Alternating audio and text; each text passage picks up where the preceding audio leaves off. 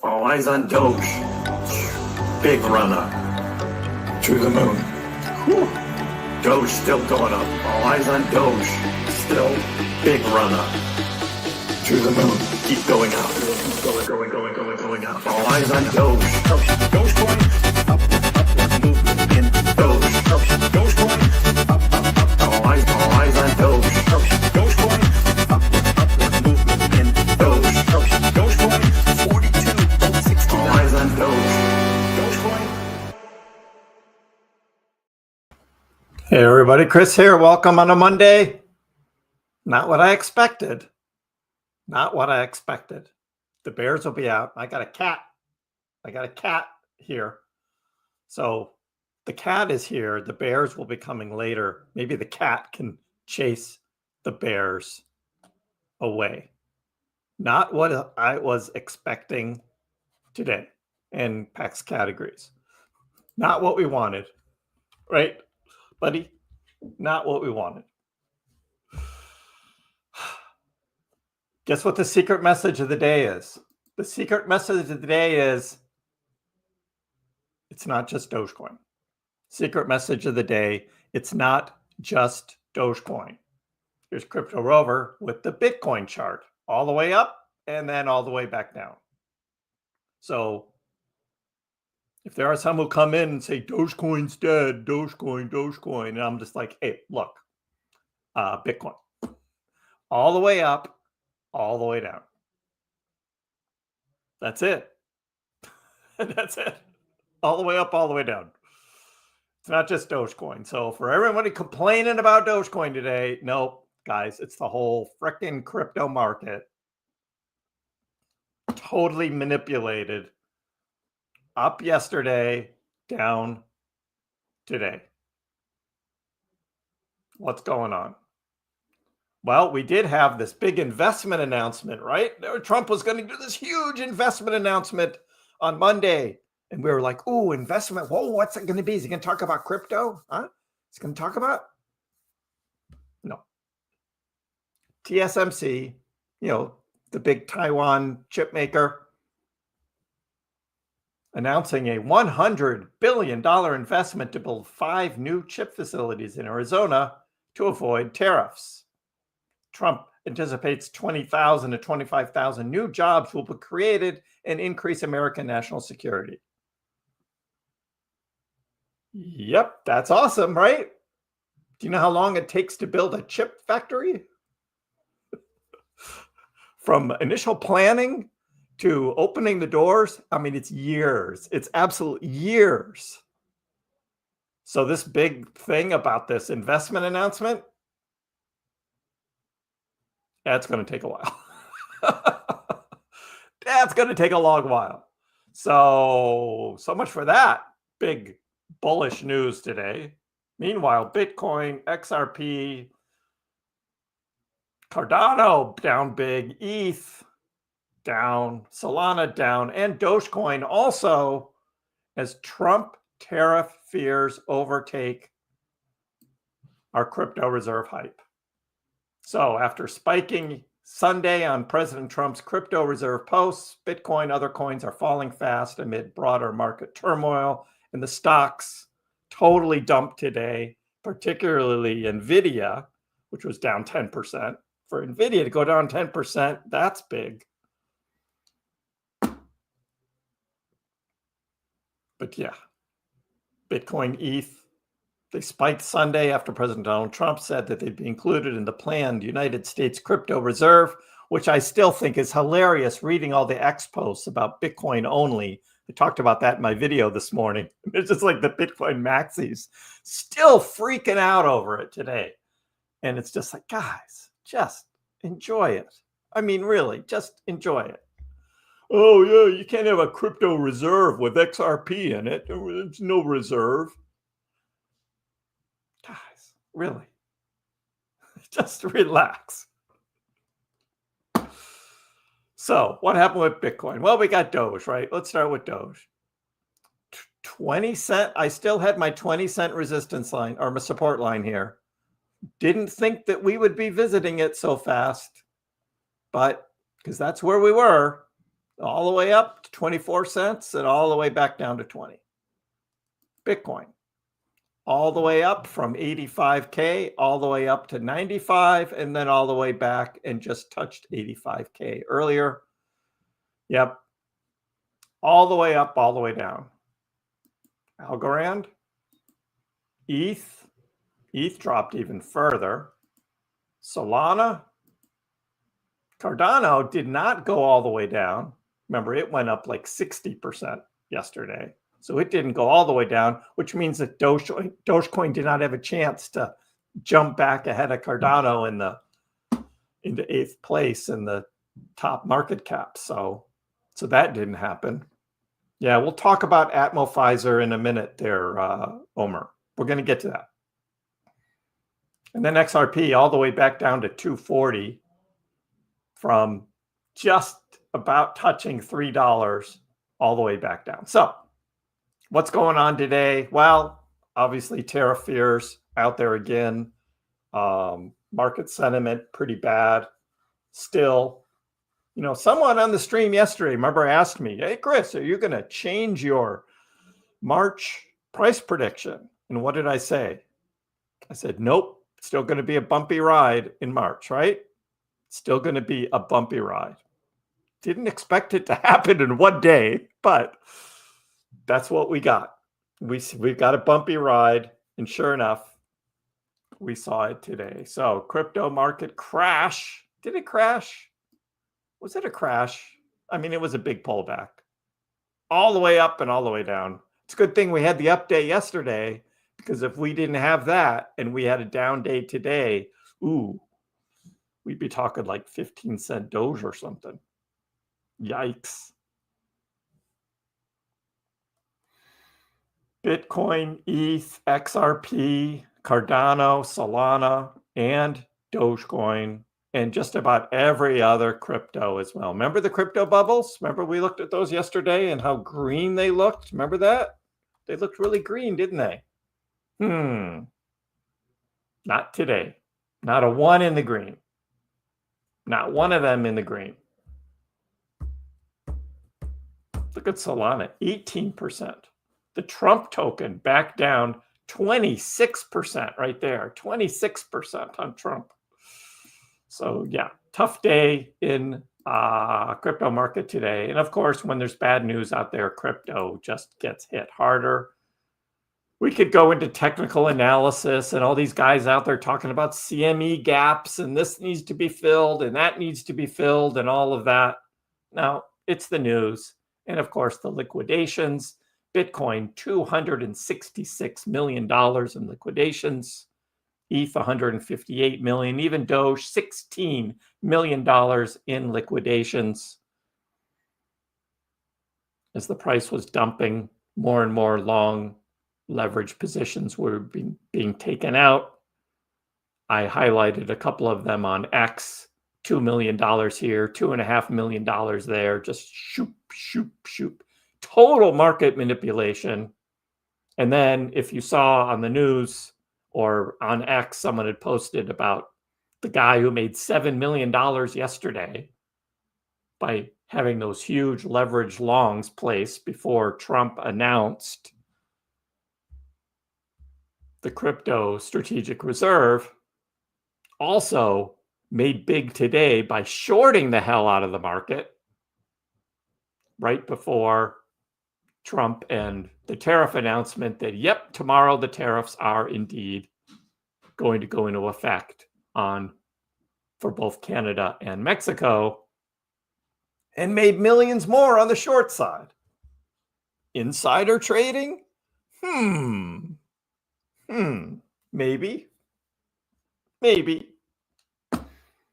But what do we retail traders do? We're just holding on, right? We're holding on the best we can. Some of you I saw have been doing a little swing trading. And I mean, that was certainly quite the swing trade, right? If you sold up here in the 23s and bought back at 20 or even now at 19, that's a sweet little swing trade. It's like a 20% up, 20% down. I was expecting a bit of a pullback. Not all the way back to 19 cents, though. But that's what we got on the table today. Hey, look, it's still a good day. 1 Doge equals 1 Doge, which means, of course, we're going to be giving away some Dogecoin today. No, not the souvenir Doge. No. Real Doge. We're going to have 3 more draws today. Thanks to our friend DW. Again, generous contribution. More Doge for the stash to be given away. We had a lot of fun yesterday giving out Doge. Going to give more today. And then later, we've got a SpaceX Starship launch. Yes, we're going to watch that live here too. So you don't have to tune away, right? And say, oh, I'm going to leave Kriss because I got to go watch Space. No, we'll do it right here live.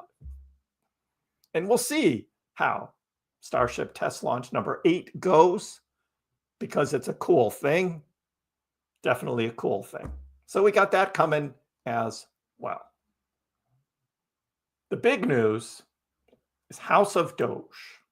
House of Doge now has an official website that launched this morning, houseofdoge.com. Of course, you got to have the .com, right? houseofdoge.com, the official corporate arm of the Dogecoin Foundation. Interesting. I read that and I was like, wait, I thought they were already a group. But now it says official corporate arm of the Dogecoin Foundation. That's kind of weird. I thought they were just an independent group, but now they're partnered with the foundation. Interesting. Empowering companies to use only Doge every day, making it the currency of the Earth, Moon, Mars, and stars. Who is the House of Doge? Well, there's a little clue that we got digging into all the details, right? Because that's what I do, of course, digging into the details. But this is a good write-up about using Doge and the strategic partnerships. We are still waiting to see what those strategic partnerships are, but it's a nice website. You go through. Very nice, very nice. You guys can check this out. There's a Fate Loves Irony Elon quote here. Kind of interesting. Little Elon quote thrown in on the website. Interesting. And then they said join a wait list. And so I, of course, put my email in this, right? Because I want to join the wait list for whatever it is. I join the wait list. I don't know what it does. Join the wait list. I join the wait list. We'll see what happens. They didn't email me back yet, so, or at least not that I saw. I should check that just to be sure. Does anything happen when you join the wait list? I didn't see anything. Nope, not yet. Nope, not yet. So then, of course, on X, right, at KrissPax, follow me if you haven't already, because that's where stuff goes on during the day between my morning video and my afternoon live stream. And I post, right? House of Doge website is live, official corporate arm, Dogecoin Foundation. And then Dustin is like, hey, next up, we find out who is backing this all up. And that's very, very cool. That's what I want to know too, right? Is who is behind all of this? And then Dustin says, hey, it looks like House of Doge is teaming up with Atmo Pfizer out of Canada. Anybody hear of this? Atmo Pfizer? Who's Atmo Pfizer? So I click on this and it goes to this news file about Atmo Pfizer signing a definitive agreement for business combination with the House of Doge. Huh? Atmo Pfizer. And I was like, who's Atmo Pfizer? And you had to go through this whole thing. And down here at the bottom, it talks about Atmo Pfizer and what they do. Forward-looking information, blah, blah, blah, blah, blah. Atmo Pfizer and House of Doge have attempted to identify important factors, could cause actual results to differ, blah, blah, blah. I'll have to find that again in a minute, what Atmophizer does. There's a whole thing in here. But you read all this, and it's basically a partnership. This is a partnership. And Atmophizer is actually, in the details, buying out House of Doge. House of Doge hasn't even started yet. And we got this Canadian company buying them out. It says they've entered into an exclusive partnership with the Dogecoin Foundation. That's what the House of Doge did. But now the transaction approved by the board of directors of Atmophizer with the House of Doge in this other thing called Merger Sub, which is some other little organization that's kind of entered into this. It's like, who are all these people? But the main thing is that the company's listing application is going to be filed with the CBOE of Canada and NASDAQ. So they're going to be trading as a company. And Atmophizer is going to rename themselves to House of Doge. So these guys, whoever these Atmophizer Technologies guys are, they are coming into this thing with big money and a corporation that's already set up and trading in Canada. Well, they're going to stop that. And now they're going to become House of Doge. So this is growing. Oh, here's what they do. They're consumer industrial solutions based on patent protected and patent pending technology for ultrafine particle agglomeration and neutralization, whatever that is. But now they're going to be House of Doge. They're going to rename themselves. And finally, we have a name. For additional information about House of Doge, please contact Brad Morris, the director. Telephone number and email brad@houseofdoge.com. I don't know who Brad Morris was. I did a Google search of him, and he's like, I mean, Brad Morris is such a vanilla name, right? There's a million Brad Morrises out there. So I didn't find one that connected this with any like big business or something.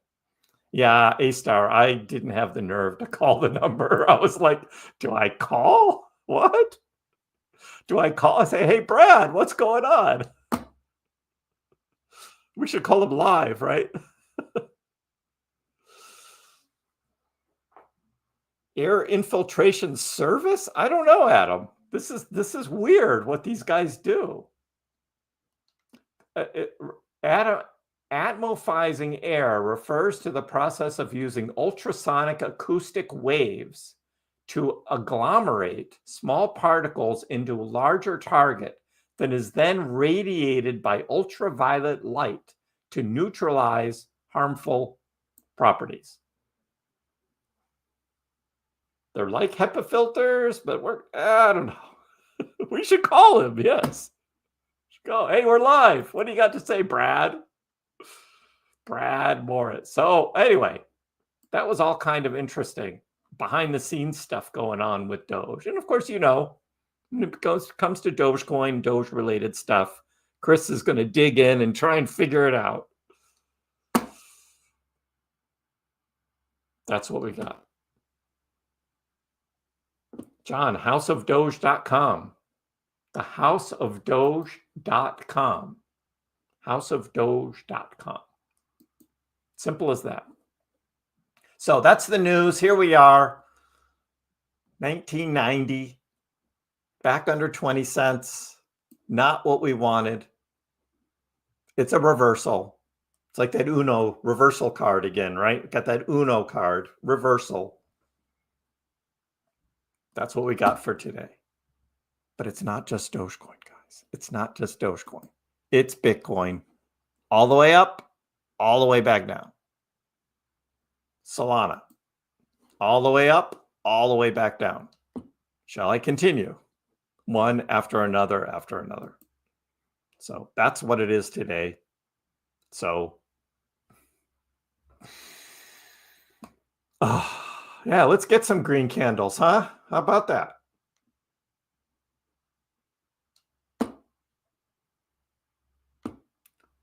Let's get the green candles. Ask the Magic 8 Ball.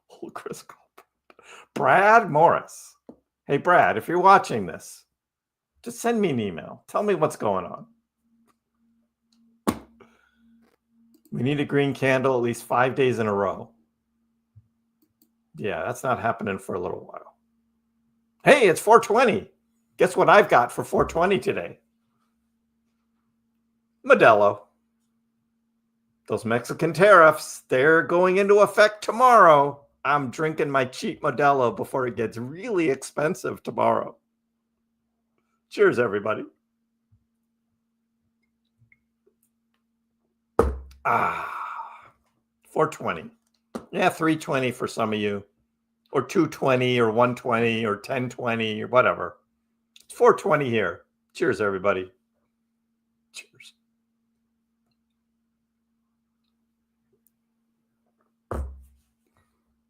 Shaywan, good question. I still believe we're in the 4-year cycle.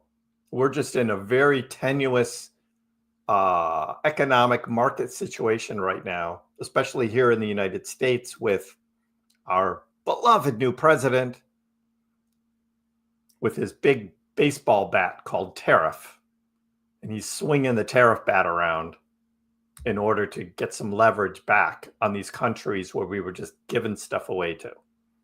And so it's painful for us to get through that as we try and build for the future. So you can see what Trump's intentions are. They're not for immediate gains, but it's building all of this stuff for the future. What's really best for the country, it's just going to be painful for the markets in the short term. So that's where we are. We're in this painful short-term situation. I don't know. There's still going to be this crypto summit on Friday, which I'm guessing at this point they're going to talk more than just stable coins, which is great. Got this crypto reserve to talk about now. Again, it's not going to be tomorrow, right? It's going to take a while for all that to play out as well. Cheers, Raiden. It's a long-term deal. Yep, Doug. It's a long-term deal.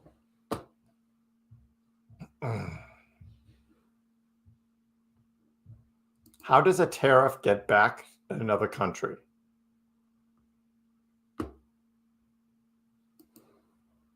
It encourages spending here in the United States. That's how it gets back. It's like, we're not going to buy your goods coming into our country. Instead, we're going to make stuff here and buy it here. That's what it does. And if somebody really wants to have that thing coming in from another country, let's say Modelo, you got to pay 20% more. It's 20% more because they're going to pass on the extra cost to the consumer, who ends up paying the higher price for those things that do continue to be bought from other countries. And as Doug says, yes, it makes the playing field equal because we have not been equal. And that's the whole thing called reciprocal tariffs, is that if you charge us 20%, we're going to charge you 20%. And we haven't been doing that. Just like we've been shipping money all over the world, that the Doge, Department of Government Efficiency, keeps finding every day more and more millions and millions and even billions of dollars that are tucked away in some non-government organization, an NGO, right, who's getting money funneled through it from our government to pay for something somewhere else.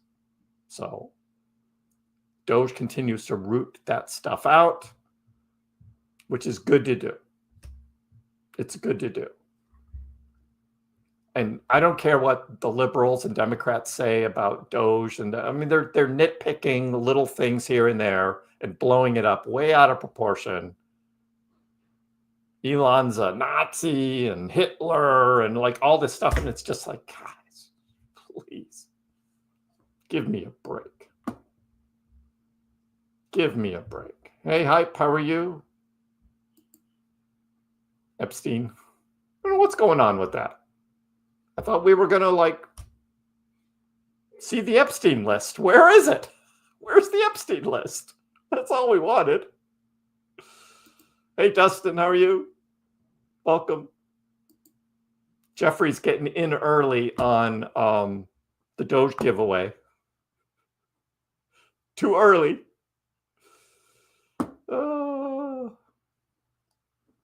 Fraud, waste, and abuse.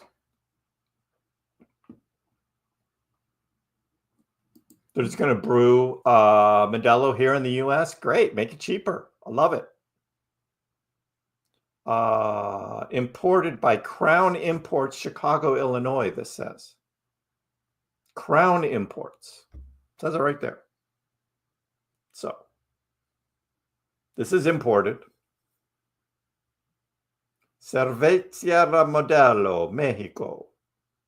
Brewed and bottled by in Nava, Mexico.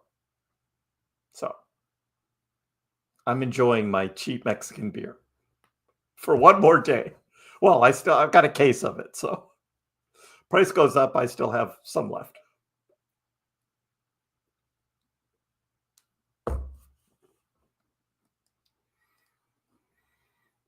Yeah. Toys, furniture, electronics made in China. Guess what? You either pay more for it or you buy something from here. Crypto is not easy. This is my second cycle. I know, and it still surprises you. You never know what's going to happen. We were sitting pretty yesterday, weren't we? Man, it just sucks the life out of you sometimes. Sucks the life out of you.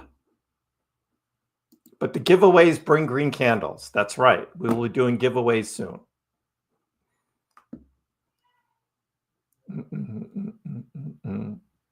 To make stuff here, you need to import materials, unless we can get the materials here. So that's what it looks like. Are we going back to 18? We could be. 19.7 now.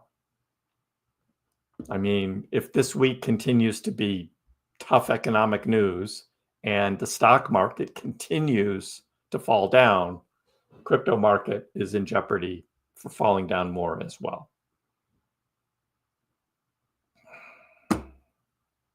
And some even think lower. I don't know, Danny. 16 is pretty low, but it could. And don't someone tell me, hey, Kriss said it'll never go down. No, I don't say never, because I've been around crypto long enough to know wild swings up and down are always possible.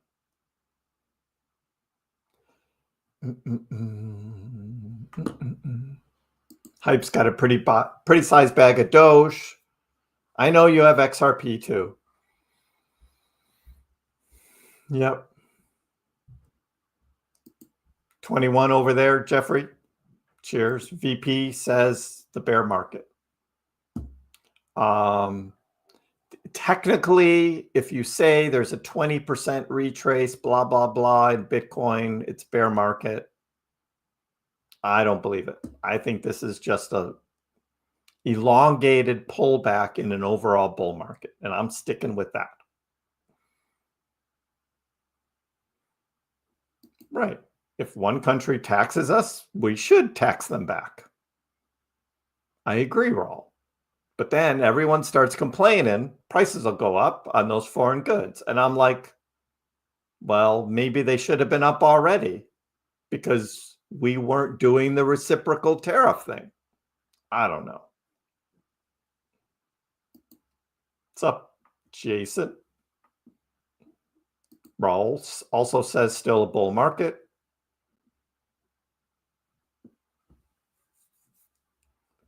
Dogecoin is too huge to not mention in 2 posts and 1 press conference within 48 hours. Something is building. Something's building. Yeah, I used to be a Corona drinker, but the Modelo, once I started that, I was like, yep, Modelo, sweet. I got to get a lime, though. I know. I'm limeless. I'm limeless.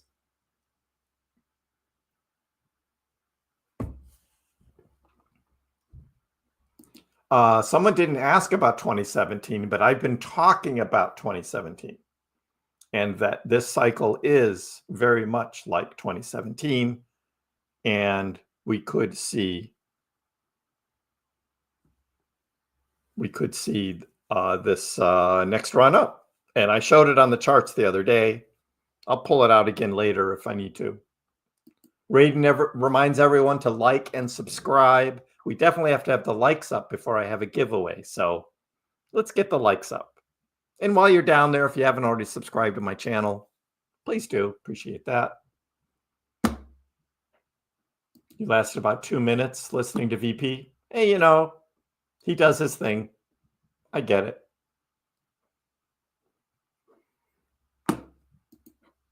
Right? Labor's not cheap. And as we continue to print more money, right? Inflation continues. 17 cents, buy more at 17. Someone will also say 16, some will say 15, some will say 12.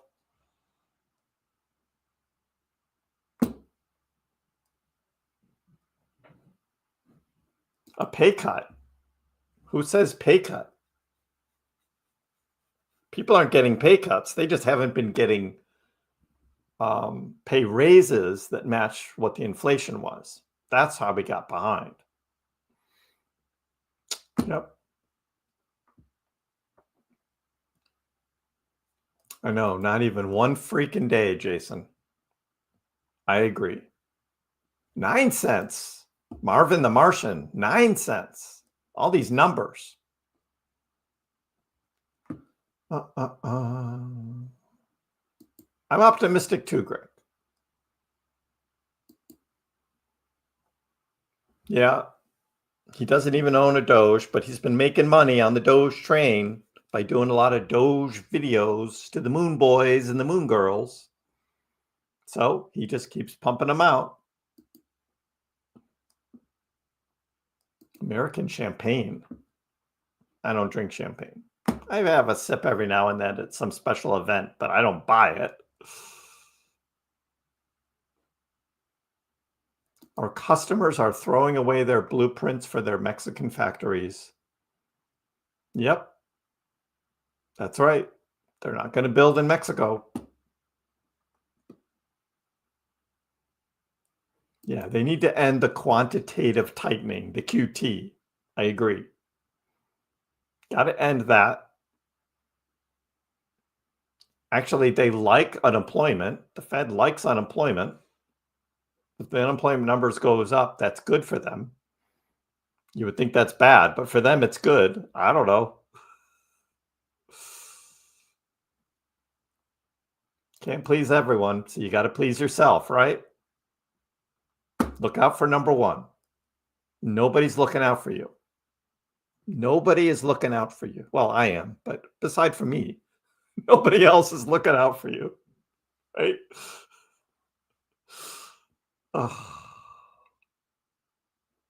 Ask the 8-ball if we're still in the bull market. That's a good question. That's a good question. It's not House of Dogs. It's House of Doge. D-O-G-E, John. House of Doge. And you can just type it into your browser. houseofdoge.com. KB still bullish also. Patience. Patience. The big news was today, Jay.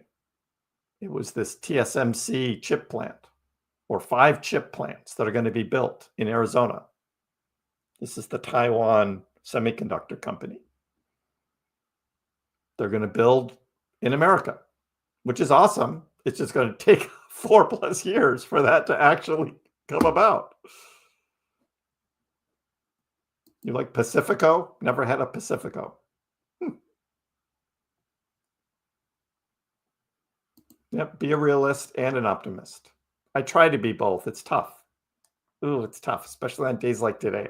You get all the bears coming out. See, I told you so. I told you so. Crypto is a pump and dump market, particularly when you have this leverage. total manipulation, complete total manipulation. I mean, check out this heat map chart, guys. Today, it was dropping down to take out. Okay, let me go to this here, and let me go to the 48-hour, because you'll see as Bitcoin was going up yesterday, we had all of these long leverage trades being made. Millions and millions of dollars of long leverage trades. And then as Bitcoin is dumping, they're taking them all out. All of these new ones were all taken out. And some of them even are down even a little lower, 84.5, 84.3. So we could see Bitcoin going down a little bit lower to take out that leverage down there. That is all in play, all the way down to 84. So we could still see that from the heat map. Doge just follows along. But we'll see on Doge a similar thing. And yeah, Doge even dropped lower and took out these at 19.8. And these were new leverage trades made yesterday when Doge started going up. And there was a lot of shorting going on. Doge took out some of those big shorts last night, but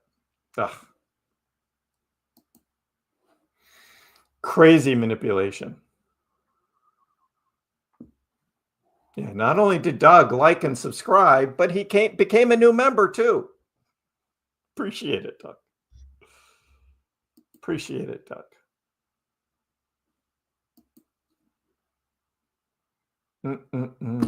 Maybe a surprise at launch time? I don't know. I think everyone's just going to be watching the SpaceX Starship launch. We will, right here live. We'll be watching it.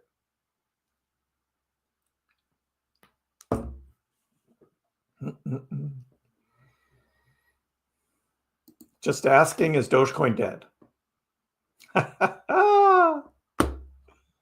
Will my avocado toast? Will my avocado toast? Cat, what are you sitting on my keyboard for? Don't sit on my keyboard.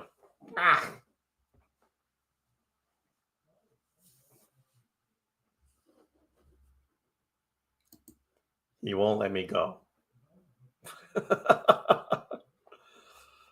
The launch is in about an hour and a half. So if you don't want to sit around here and listen to me banter for an hour and a half, you can leave and then come back. You can always do that. You're just going to pay for your avocados. You're going to pay. When is alt season? I don't know, Adonija. I don't know. Every time we get a dump, Bitcoin dumps, but the alts dump harder. So because of that, what do you get? You get Bitcoin dominance going back up. Now it's up over 61.5. Bitcoin dominance is just going to keep dominating until we get a true bull run. So that's what we got. That's what we got. 169 likes for the giveaway. 169. We're only at 93 now.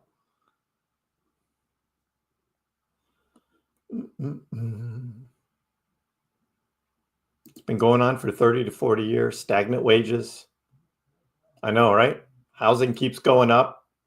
College tuition keeps going up crazy. It's probably going to start slowing down, but we're not in a bear market, DJ. This is a bull market pullback bottom. 18.5 was looking like a good number there. We'll see if we get back down there. Matt's waiting for a penny. Yeah, it's like Anthony. He raised his to 2 pennies. Remember that? Yesterday. He raised his bottom from 1 cent to 2 cents. Tom sold. Good luck with that swing trade. Are we rich yet? Not with the reversal card that was played today. Reversal card. At least something's going to rocket today. Hey, maybe during the rocket launch we get some green candles going.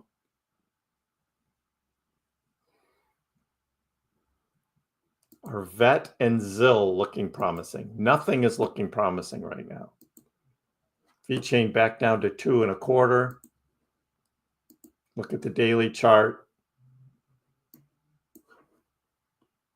It peaked up here in early December, up at 8 cents, and it's down 65% from that peak. Still above my original buy-in dollar cost average price, although I sold this already. I sold up here around 4 cents.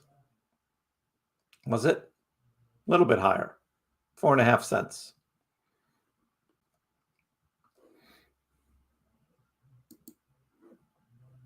Yes, guys, if you don't know, I took profits February 1st because of all the tariff stuff, and also I needed to buy this house. That helped spur on my need to take profits, was that. So, but yeah, this daily chart here on Doge, big green candle from Sunday and a bigger red candle today. I mean, it's the same with Bitcoin. Green, red. And some even worse, like ETH. Poor ETH. Just getting pummeled.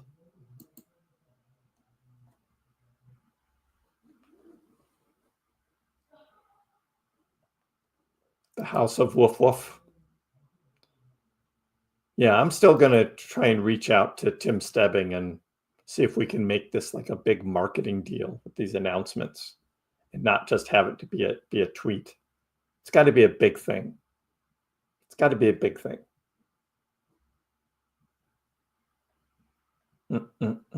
It's the year of the snake. Yes, it is. Ms. KrissPax does not like snakes. I say, yeah, but it's going to be a good year. TSMC has been announcing a lot of factories, but they're going to be here.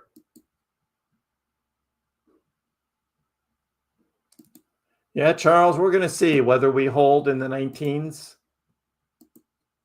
Maybe get back up over this 20-cent line.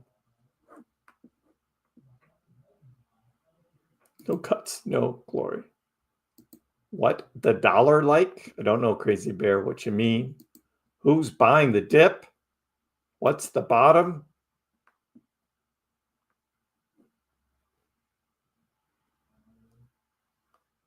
TSMC news, not really big for Jasmy. No, Jasmy's just going to do its thing. 1.7 cents. So Jasmy up and down as well. I mean, that's what everything's done. Pretty much the same.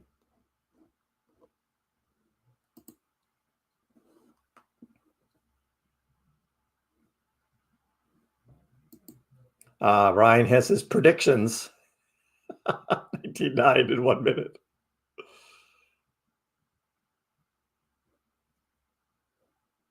Yeah, they wanted to diversify out of Taiwan. That makes sense. A tequila shot will go up 25% on a 20% tariff.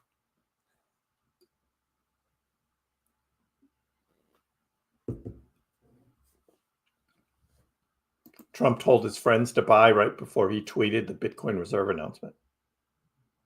Source? Danny? Source? We need a source on something like that. Otherwise, it's a rumor. A rumor that maybe you made up. Israel, how are you? I wonder what the percentage is for leverage trading wins. That's a good question, DB. You know, it's got to be like casino odds where the average is you lose.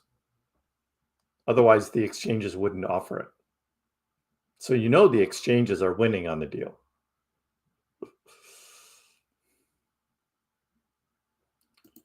Will Doge be added to the US Reserve? I don't think so. Honest truth. I said that yesterday too. I don't think so.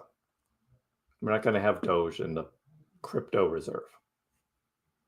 Unless they do Brian Armstrong's suggestion, like you take the top 10 cryptos and then you have them all in there and their market caps determine the percent application in the reserve, and then Doge would be in there. Or at least the US-based ones, since he did call out specifically ADA, XRP. Solana is still a question. Someone said that was Switzerland, and I don't know. You lost nearly all your profits? Sorry, DJ. Jason, it's like shorting and doing call options and puts and stocks. It's just the big wig institutions just continuing to play their game, and they typically win.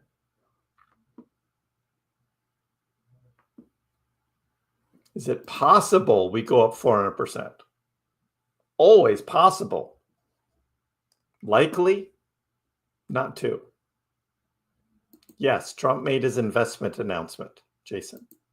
We covered that earlier. It was this TSMC chip factory thing. I mean, $100 billion investment is pretty good. It's just going to take time. It's just going to take time. We got the Dogecoin ETFs, Bitwise and Grayscale, and Rex Osprey, if that gets approved too. So we'll see. Yeah, so Bruce, I still don't know what the deal is with this Canadian firm and what this partnership / buyout, merger, whatever. I don't know the details yet, but it sounds like they had money. And they also are able to get trading on an exchange, their stock. So their stock is going to convert into this House of Doge. They're going to rename their company House of Doge. But being Canadian based is just weird because the whole House of Doge thing was about the United States. So I don't get it. I don't get it. Launch is coming. I know that avocado toast. I'm glad I don't like avocados. I'm glad I don't like them. Oh, go to Chipotle, right? And you can get that, that big spoonful of guacamole, right? And you pay extra for it. And I'm like, no, thank you. I don't need it. Pax Cat is here, guys. Pax Cat is here, falling asleep in my arms.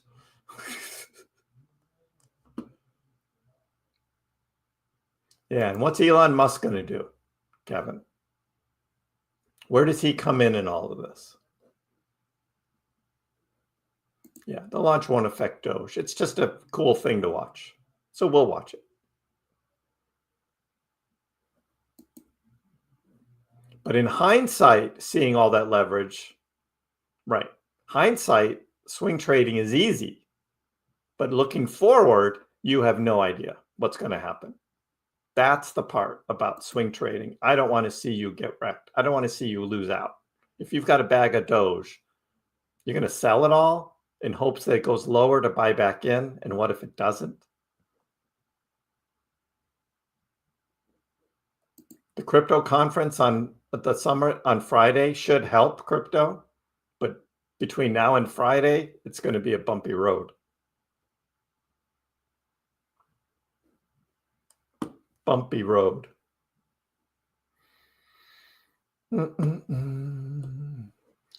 Very windy conditions in South Texas right now. Hopefully it doesn't delay because I want to do the launch live. Yeah, just grow your own avocados. I think you got to have the right temperature conditions. I can't grow them up here, that's for sure.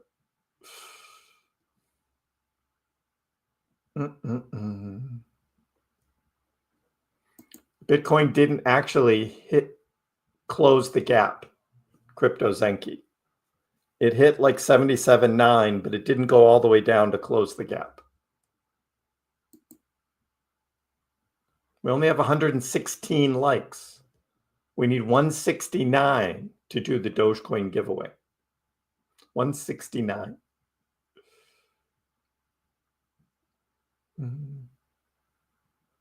Will Elon be there? Probably not.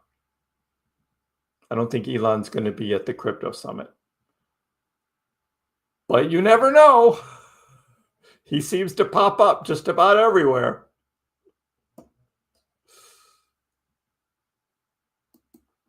Yeah, Shiba's dead. Dead to me, anyway. Doge to 20 cents. Yes, woohoo! Come on, let's go, Doge. Ah, cat, you're just get on my shoulder.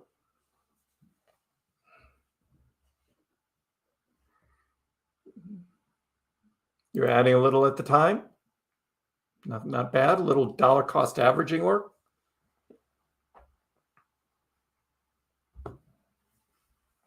Here, there we go.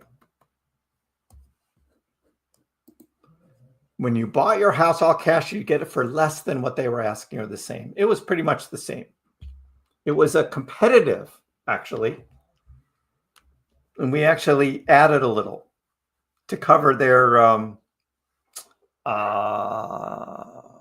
it was basically covered most of their realtor fee, is how we did it.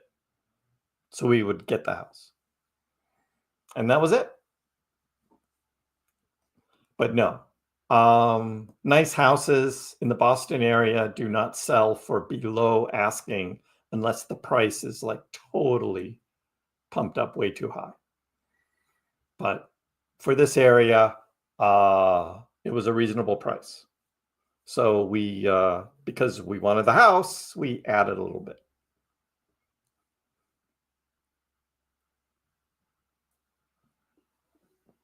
And because we were all cash and we could close quickly, it was good.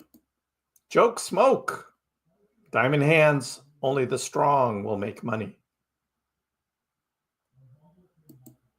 Magatoni, I have given price predictions both for March and for the entire year in past videos. Just go onto my YouTube channel and search price prediction, and they'll come up.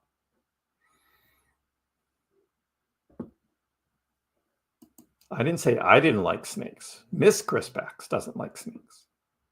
Don't give me that crap about Trump. Just take that somewhere else. You want to go to the Texas Institute of Technology and Science? That's going to be Elon's college. He's making the Montessori-like school first down in Texas, and then that college is going to come. Texas Institute of Technology and Science, TITS. That's right, TITS. Because he can. Your wife hates snakes. Doesn't want to have a baby in the year of the snake. Has the dollar dropped in value? No, the Dixie's still holding in the 105, 106. Where is it now? Yeah, 106. Still pretty much going sideways. That's the dollar index. Doge 19.5.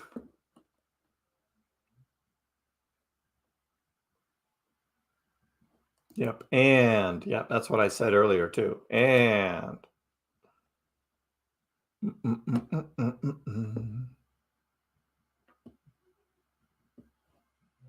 you made some shorting, Shemi?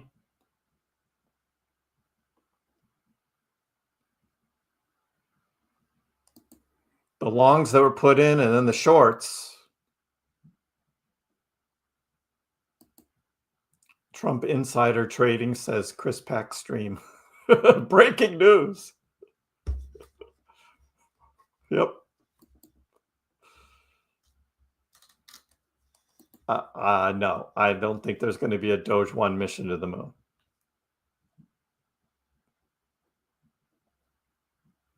So its same is going to be the visitor of the day. Its same is the visitor of the day. There's a secret message. There's a secret message at the beginning of the stream for you. Its same. A secret message.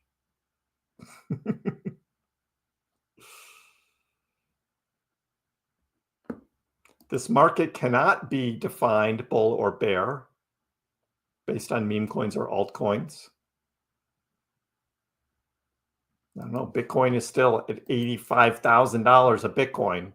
And although we were spoiled with 100K, that 85, yeah, still higher than its previous high from last cycle. And it's still there.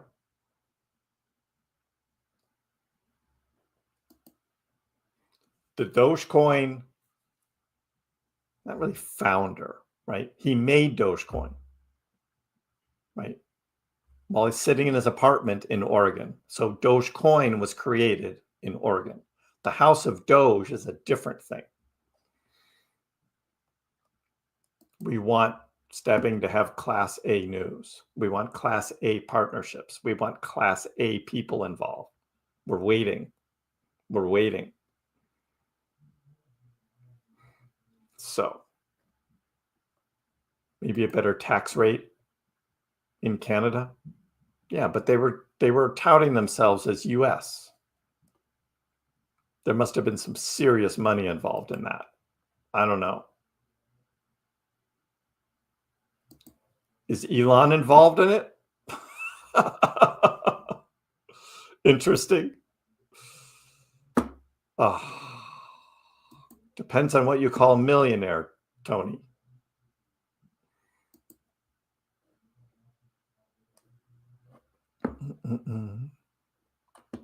Or Canada becomes the United States' 51st state, and they do become American, right?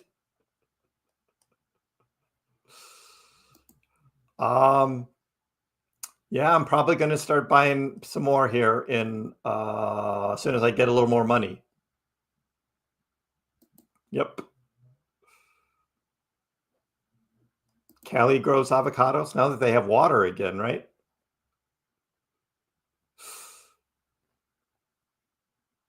You swing trade crypto, but not meme coins. Crypto dogs, I get it. Highly volatile.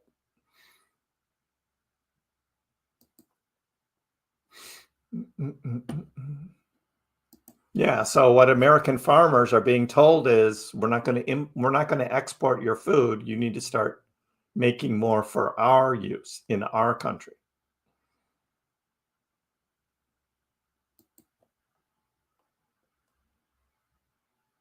Yeah, the Pax Cat is not my accountant, so can't help you there. Windy conditions. Fart coin. It probably looks exactly the same. That's my guess. It probably looks exactly the same. A little bit. It went a little extra run here this morning and now is falling back.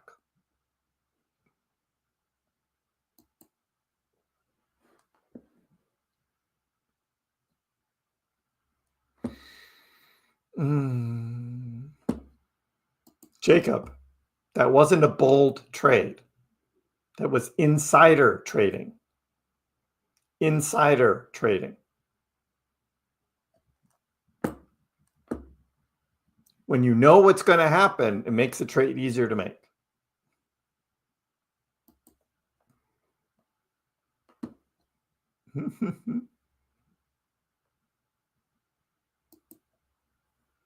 You can't move your Doge, DB. You would have to sell your Doge and then with the cash, buy the ETF. So you would have to pay tax on your current Doge. And then you could only do the tax avoidance with the ETF if you bought it within a retirement vehicle, like a 401k. Just buying the ETF itself, it's a security. It's like a stock. If you then sell the ETF with a profit, you have to pay capital gains tax on the profit.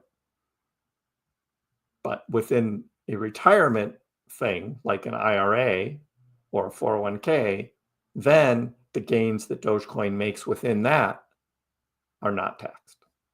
Okay?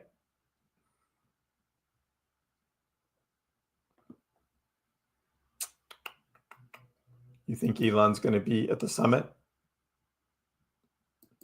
We'll see. Derek moving down toward 28-cent average now on Doge.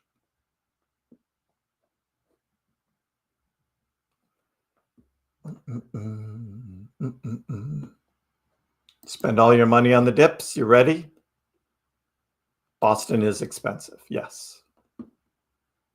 Especially real estate here. Binance is going to delist USDT. Source. Alville. Give me a source.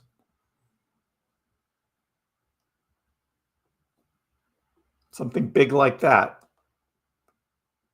Got to be source.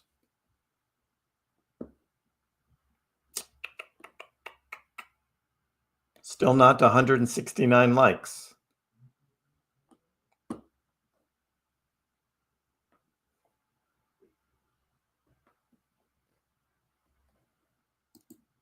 That's a stupid comment. We get one of these like every stream. Someone comes in and just says the most stupid things. Wow. Yeah, confirmed as a 17-year-old basement dweller. Yep.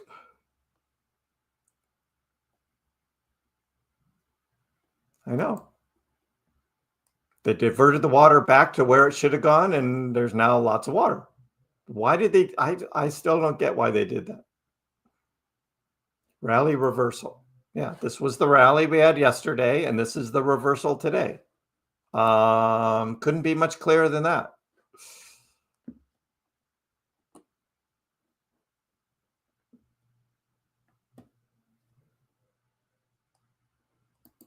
You were thinking of rebuying ADA at 70. It's at 85 now. But you might do Doge as well. Mm-mm.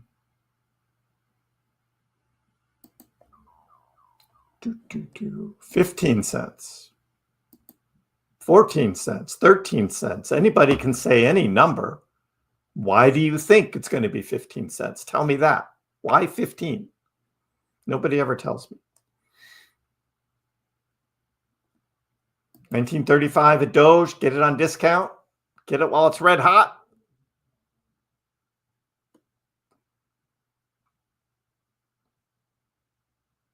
You got your like in, Andrew?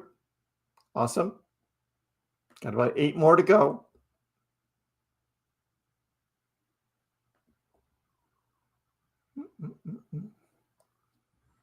I know. If I was wearing diapers when he was buying Bitcoin, I was like, wow, I'm looking pretty good. Not.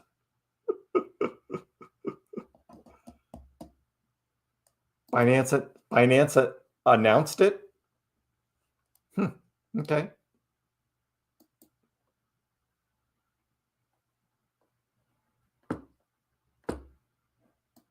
We don't forget when Kriss was bullish on Trump. I never said that. I said I bought some. I don't know what's going to happen to this. Don't put words into my mouth. I never said that. I said I bought some. We don't know what's going to happen. I know what I said. God. Fear the basement dwellers. Of course there were going to be bears. Even the early crew was calling it before I even started the stream. Yep, the bears are going to be here. I don't live in Texas. I still live in Boston. Greg, thank you for the super chat, man. Get the likes up. One more like, guys. There it is. One more like.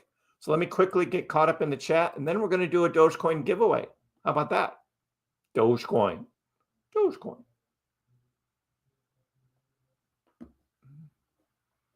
They want to delist to stay compliant.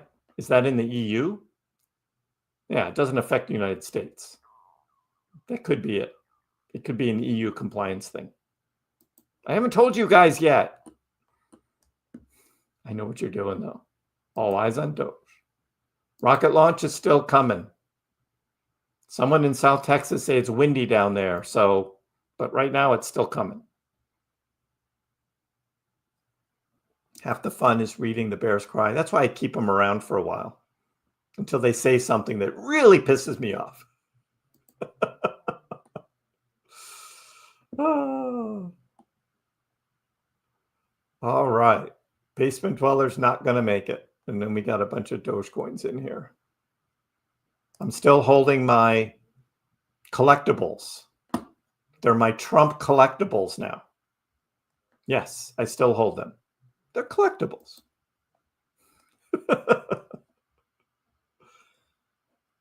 It's for the EEA, Europe Economic. Okay, so that guy was just talking FUD then. Kind of. It all depends on the context, right? Okay, we got a green candle going. Let's do a Dogecoin giveaway. Guys, we got 3 lots of 33 Dogecoin each to give away. In order to enter, all you got to do is type Dogecoin in the chat, Dogecoin, and use a capital D, please. If you use a lowercase d, you will not be entered. So capital D, Dogecoin in the chat, please. And I'm going to get this set up for the giveaway. So I got that, and I got this new window, pull it over. We are in this stream today. The word is Dogecoin with a capital D. One day I'm going to turn it around and just do a lowercase d, just for the fun of it. So type in Dogecoin with a capital D. You'll get entered into the giveaway for 33 Dogecoin. And once you're entered, you're good for all 3 draws. If you win in the first or second draw, you're not eligible for the third draw. I guess if you win the first, you're not eligible for the second or the third. That's how it works. Anyway, we're giving away Dogecoin courtesy of our friend DW, who donated Dogecoin for giveaways. If anybody else is feeling generous with some of their Dogecoin and would like to take part in sharing the love of Doge, which we do just about every day, you can send it to me. I have my Dogecoin wallet address below in the chat or in the description. And you know what? I'm going to enter today's giveaway too. For the fun of it. Just for the fun of it. I'm going to enter as well. Now, if you are a winner, you need to be able to send me your Dogecoin wallet via email. That's email KrissCrypto@gmail.com. I will put this up again later. KrissCrypto@gmail.com. You send me an email with your Dogecoin wallet address, beginning with the letter D, and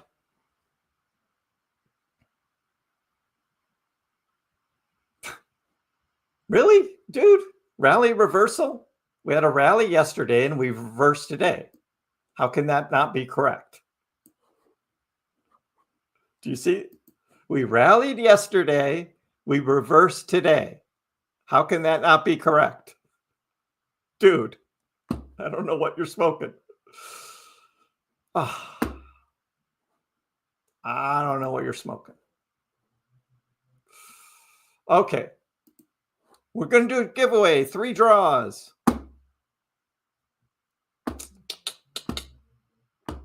I'm dancing on camera to the theme song. No, Christoph. I did not. That's a rumor. That's just a rumor. Okay, draw number 1. Here we go. Who's going to win 33 Dogecoin? Let's go.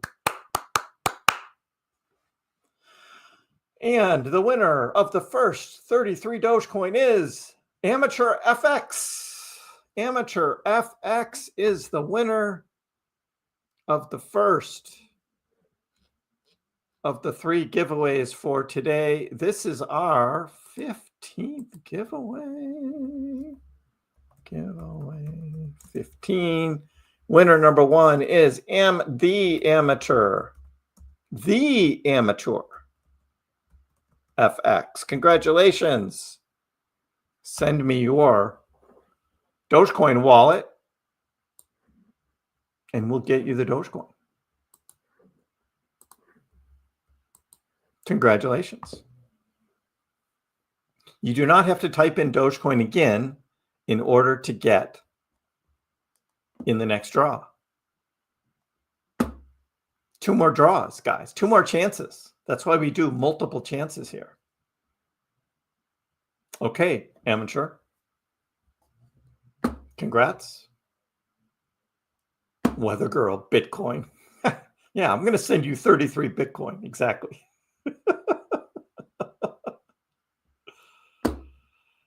Shinjan, I have my ways. You have to send me via email both your YouTube handle and your Dogecoin address.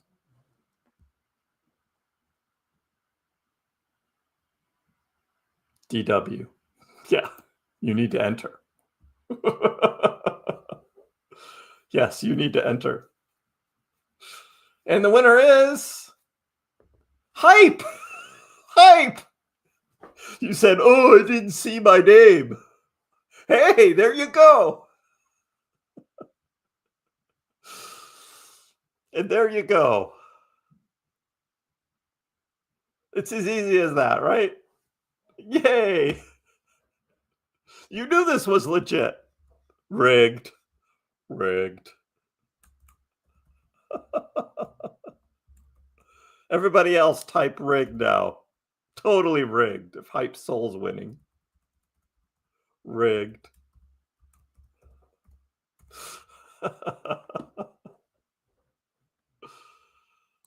Totally rigged. So you know the deal, Hype. Send me your Dogecoin wallet address and you'll get your Doge. Totally rigged. He's going to sell and buy some of that other rigged coin. Don't do that. Hype, don't do that. Do not swap for that X thing. Don't do it. Keep the Doge. Please, keep the Doge. Stopped and rigged. Thank you, Hype. Appreciate it. All right. 1 more draw. Let's go. Let's do it. Who's going to win the next 33 Dogecoin? Greg! That's rigged. Okay, that's rigged. That's rigged, Greg. Totally rigged. What are you going to do, Greg? Totally rigged. Rigged, confirmed.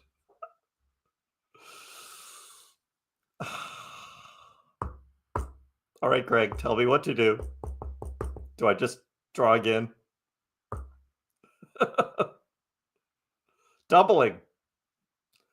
Greg's doubling it, guys. Woohoo! 66 Dogecoin is on the line. Let's go. Yes. 66 Doge for the next draw. Thank you, Greg. Here we go, guys. Are you ready? Totally rigged. Double for this winner. Double. Here we go. Double the Doge. Hunter. So we got Greg and then double 66 for Hunter. Congratulations, Hunter. You are a double winner. Send me your Dogecoin wallet address. And again, that goes to Kriss Crypto, KrissKrypto, KrissCrypto @gmail.com. You send me your, make sure, because your emails are different than your YouTube handle. So make sure you get your YouTube handle in there as well as your Dogecoin wallet address. And it needs to begin with the letter D. I only accept the official Dogecoin wallet addresses beginning with the letter D, not any of this custom stuff. I don't want any problems. So, awesome. Congratulations to all the winners. And we have a big green candle on the Dogecoin hourly. Let's see what the 15-minute looks like. Yes, look at that. We do Dogecoin giveaways and we get green candles every frickin' time. Every time we get green candles when I'm giving away Dogecoin.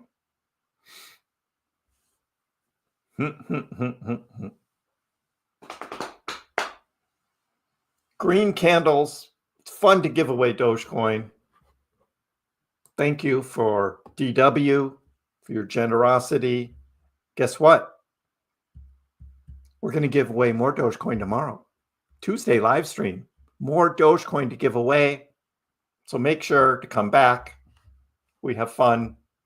Part of the deal with Doge is just sharing Doge. Thank you, everybody, for participating. But you know what? We still have the SpaceX launch coming up. And we have a reversal of the reversal. Yes, this is the rally reversal that is starting right now with the KrissPax Dogecoin giveaway. And then it's going to keep going up while the SpaceX launch happens.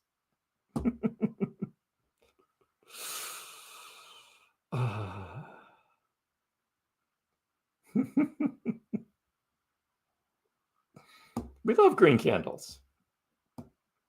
We love green candles. If anybody wanted to buy the dip, right now is 19.3. 19.3 is the current dip that we had here about half an hour ago. But we're getting a couple green candles here because we're being generous with our Doge. And Sally says green is my favorite candle color. Mine as well. That's what we're about here, Doug. That's what we're about. Super Doge. We'll see. The Pax gods, right? The Pax gods.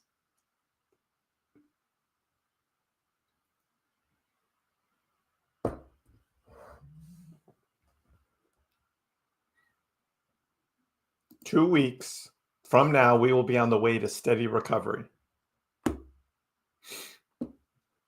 We'll see that this whole House of Doge thing just had an interesting twist today. I'm an insider. I'm inside. How about that? Thank you, Sally. It came to me in a dream. It came to me. So we started out just saying, look, guys, the secret message of the day was it's not just Bitcoin. It's Dogecoin too. Yes, the pic behind me is a map of the Acropolis in Athens. That's what that is, Sally. That is the Acropolis of Athens, one of my favorite places in the world.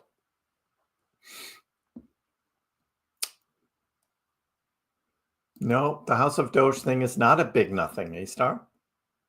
Why do you got to be so bearish? Let's let it play out. There's stuff going on there. So the secret message was, it's not just Doge. Bitcoin did the same thing. The total reversal of the rally, Bitcoin did it first. So we start with that.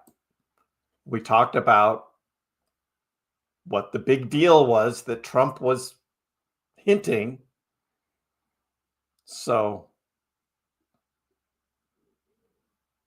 we will see.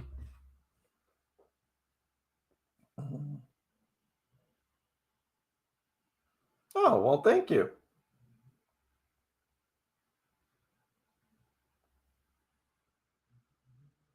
We will look at doing that.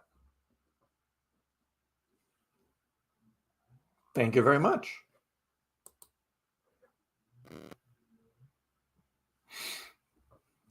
And then we had the big news, of course, that so much for the Trump pump, because that was yesterday. And today we had tariff fears. And of course, the big tariff fears are tomorrow, Mexico, Canada, the United States tariffs on Canadian Mexican goods does begin tomorrow. So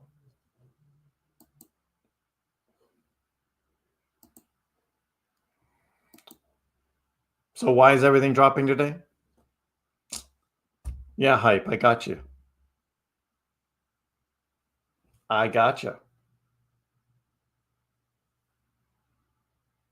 Do I announce it now or just wait till tomorrow?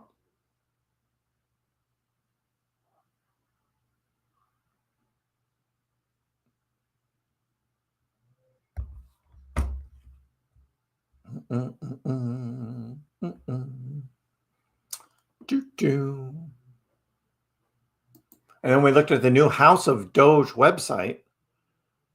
And then this is what I saw. House of Doge. See, it says under here, Made in America. See that right there? It says Made in America right here. And then there's this whole thing with this Canadian company called Atmophizer. It's going to now rename itself into something like House of Doge because of this merger agreement with this Doge merger sub that was created for some reason. I'm sure there's some reason why that was made. And I don't know. We got to wait and see how all of that comes out. Of course, I did break that here on, together with Dustin, on X. So you got to follow me on X. I am at KrissPax on X here. So yeah, give me a follow at KrissPax on X. And then, of course, we looked at the heat maps, took out a bunch of longs, or took out a bunch of shorts going up, and then a bunch of longs coming back down. Canada is in North America, but is not United States, made in America. That's typically what made in America means. Otherwise, it would say made in North America if they wanted to include Canada and Mexico. Maybe that's just a little detail there. I don't know. Excuse me.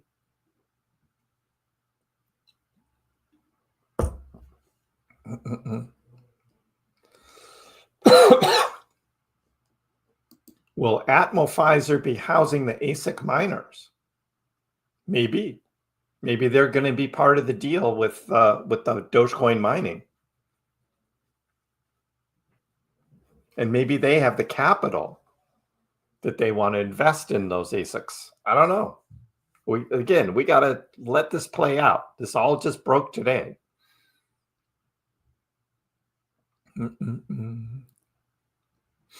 One peak equals one peak, but it's not doing great. I agree. Again, long-term project. It's not a meme token.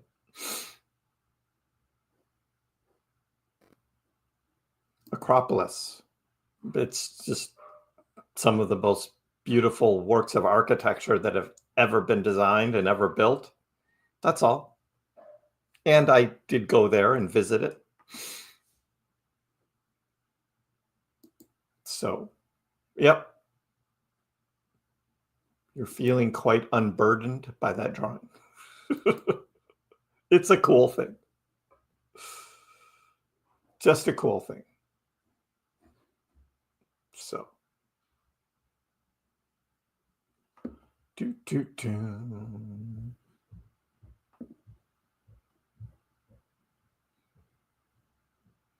Am I getting a cold? No. We had a nice warm weekend, and then it got cold again here in Boston. Norwegian stave churches. Sorry. Nope. Don't know what those are. Bitcoin 86.5. So Bitcoin is having a little recovery as well. Bitcoin's low of the day is 85. ETH dumped a little harder, all the way down to 2,094. So under 2,100 for ETH. Ouch. Solana down 20%. Cardano down 24%. Doge is down 17% right now.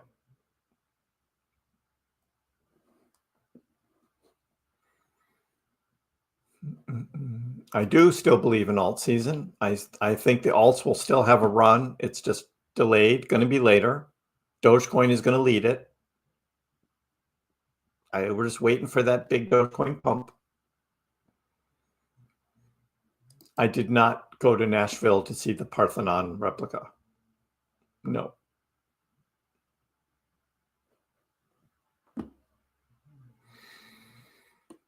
Yeah, I'll reach out to Tim. See if I can help. We need a big marketing push on this House of Doge thing.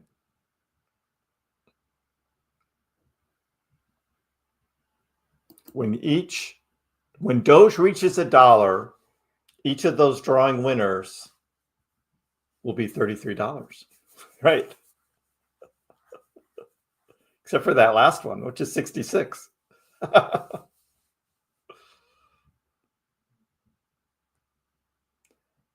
And except for Anthony's, because he sold.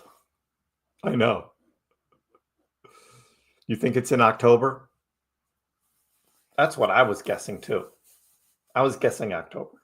When I put that in my 2025 Dogecoin price prediction for the year, that the video I made on January 1st, it shows October. Yep. Exactly, Greg. Everybody that wins now, we're winning at this, not exactly the bottom, but it's the low point of this pullback in the middle of a bull market. Because remember, back in October, we were at what, 12 cents? We're not back there. But they get to watch their Doge grow. So it's a good time to give away Doge. Of course, when I give away Doge at the top, whatever that's going to be,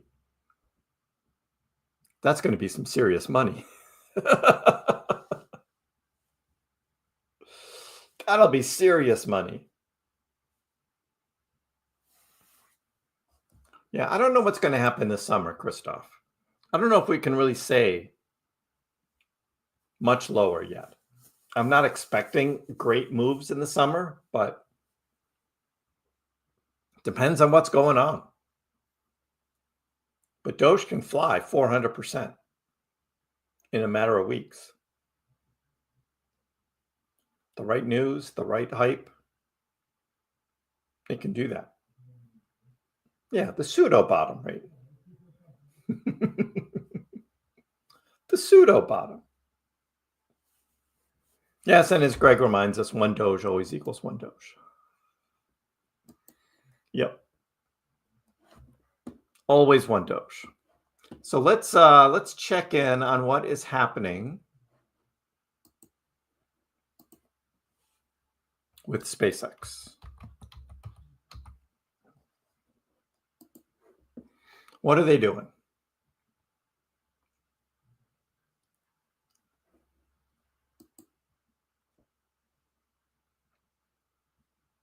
Still upcoming.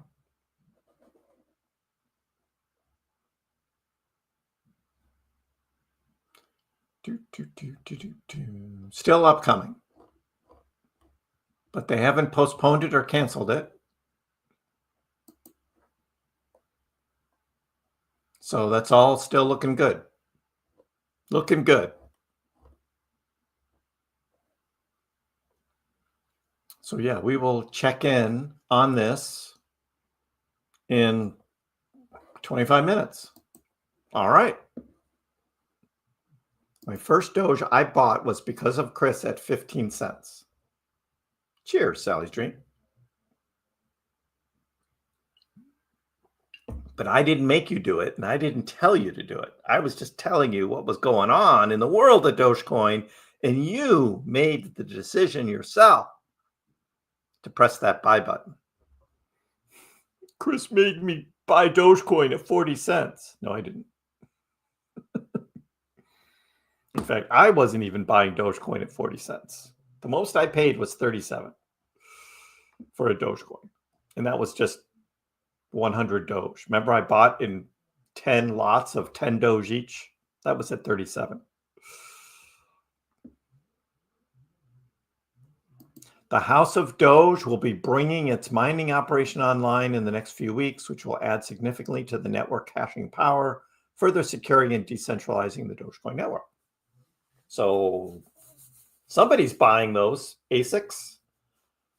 Somebody's buying them.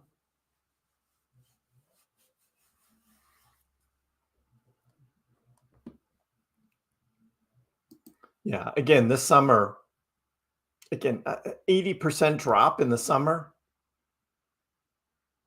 It's not a bear market, Christoph.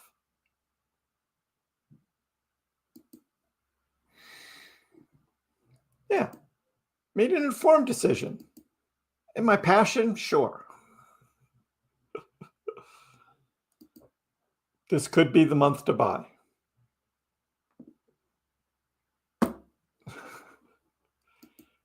Kriss made me sell my Doge at 65 cents. 65 cents. Dogecoin has only been at 65 cents twice, and that was May 6th and May 7th, 2021.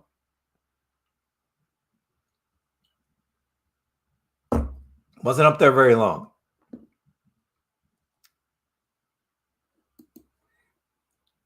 No, Kriss, you bought $10 Doge.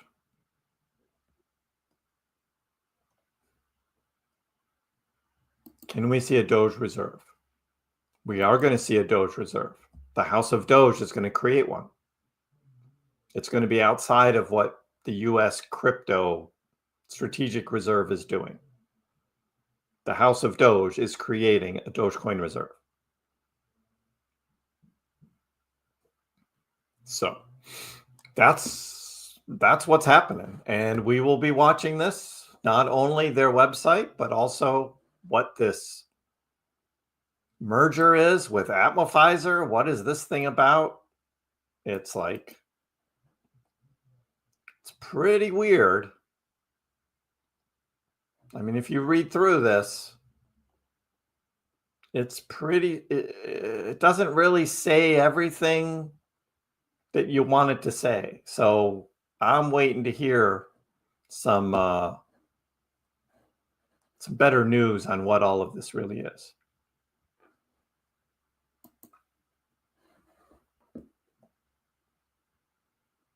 The Global Dogecoin Reserve.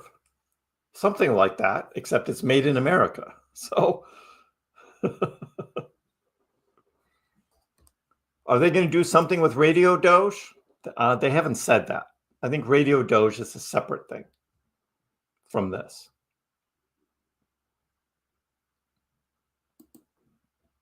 Going to Saudi?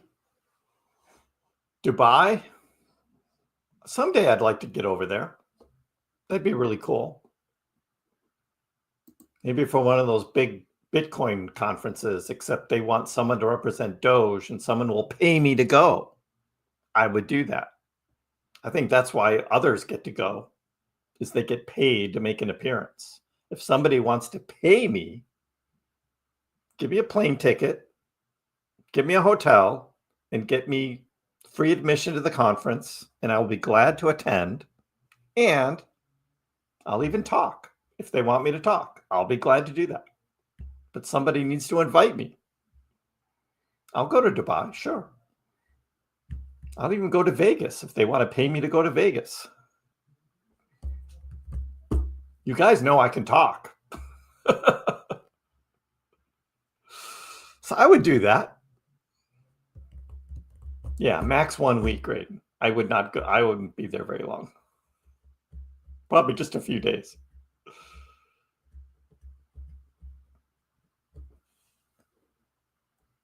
Yeah, Doug, what were you doing there in 1990, 1991? Shield and Storm, right?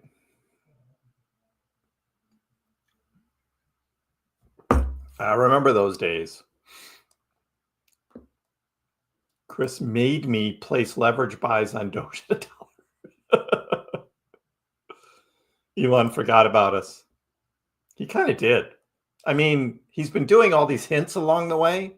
Those have kind of died down now that he's all Department of Government Efficiency stuff. That may come back. We'll see. That may come back. Yeah, the little bit that he said about Dogecoin on the Joe Rogan podcast was really just to say where the name Doge for the Department of Government Efficiency came from. That's all it was. That's all it was.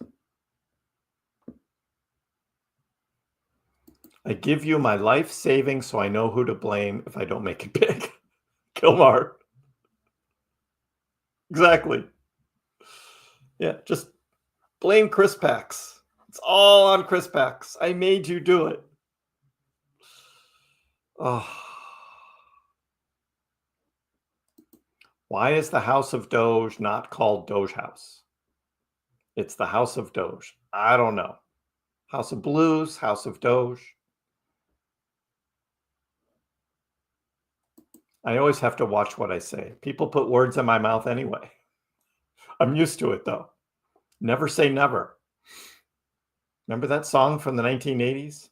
Never say never. That was a cool song. That was a cool song. I should look for that.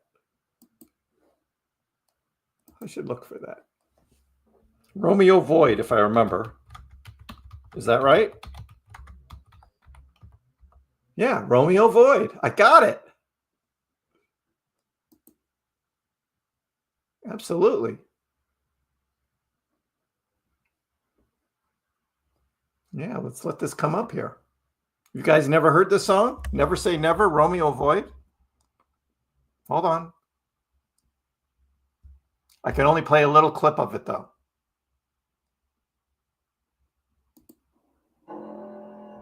Okay, you got to get through the intro. Right, ready? Oh, still going on.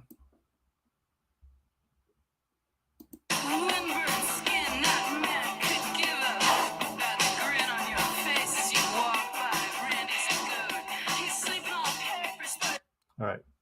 I'm going to do a little clip at a time. I don't want to get a copyright strike. I got to wait for the never say never part.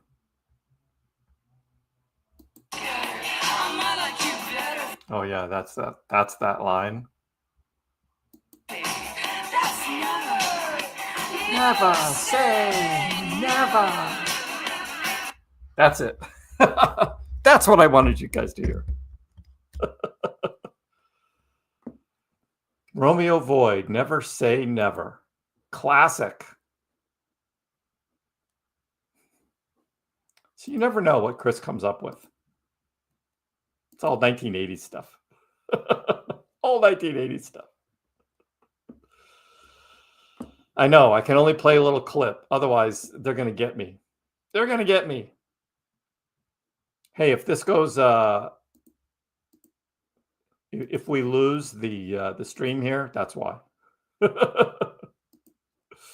That would be why.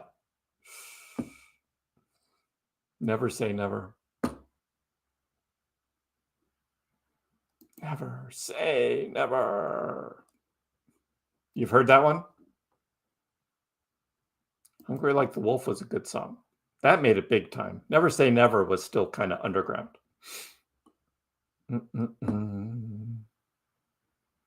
Melania token. Oh, that one bit the dust, didn't it? I mean, it came out with the snipers and all that. 79 cents. Wow. Look at that. Dumpage. It traded up to like $14. This thing is just, ugh.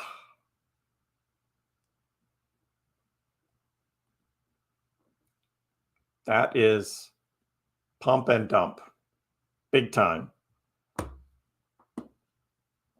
That is big time. Pump and dump. All the way down. This is its all-time low. It just hit it, 78 cents. All-time low on this token. It's even lower than when it started. Crazy.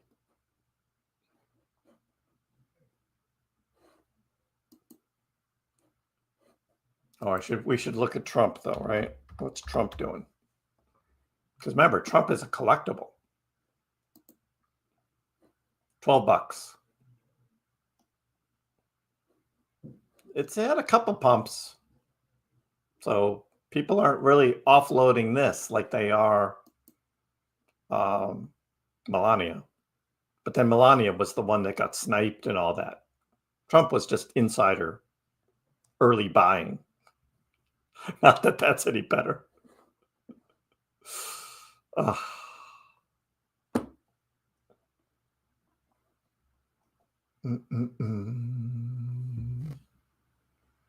You can't listen to music while you're fasting, Best?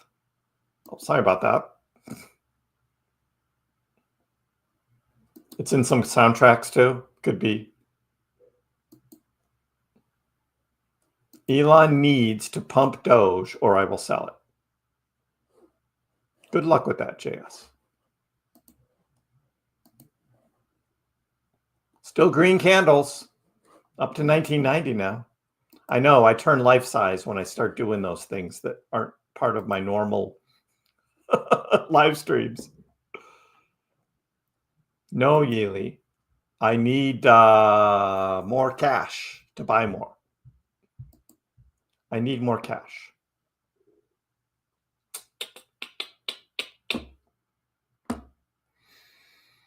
You averaged down yesterday on the top. Could have waited. You never know. Yeah, a classic Hawk Tua chart too. That Melania. At $12, Sally's dream. Ooh.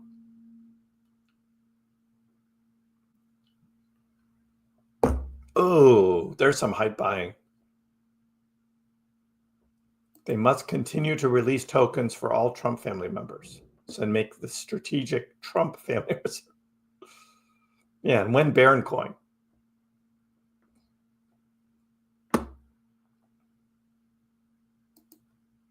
Wild man, you're here though.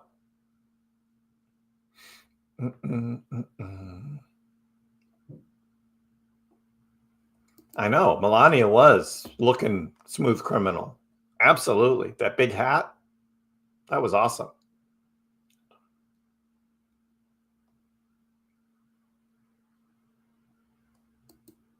SpaceX launched about half an hour away. We're going to tune in about 15 minutes. I don't know all the rules, but not while fasting, I guess. Well, does 10 seconds count?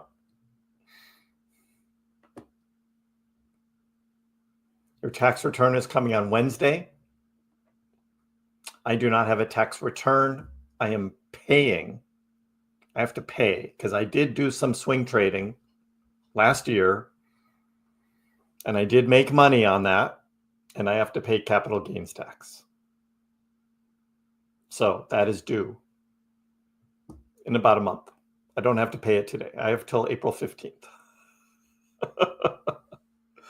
I have till April 15th, but yeah, it's a big chunk that I have to pay for my swing trading from last year, and a few that I got out of for various reasons and put it into something else. But yeah, I made a pretty good profit in 2024. And I don't get a tax return. But that's how it goes. Now my accountant wants to know how much I think I'm going to make this year, and I don't want to tell him because I don't want to do pre-tax for so much money. I don't want to do it.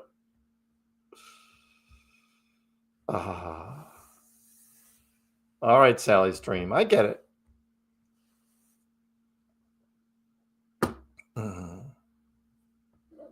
I get it. But yeah, we will check in here on Starship 8th flight test in about 12 minutes. They're going to go live. So we will be watching that. Still want to know what's up with the House of Doge. House of Doge. House of Doge. Yeah, Red Rider, also same post as mine, that the website went live. New money, House of Doge officially announced plans to become a publicly traded company. House of Doge has an exclusive partnership with the Dogecoin Foundation to accelerate the adoption of Dogecoin as a payment method globally. And that is big news. Yes. Any other scuttlebutt going on? Again, launch of the website. There's my post. See, mine was 7 hours ago. Theirs was 12 minutes ago. Ha.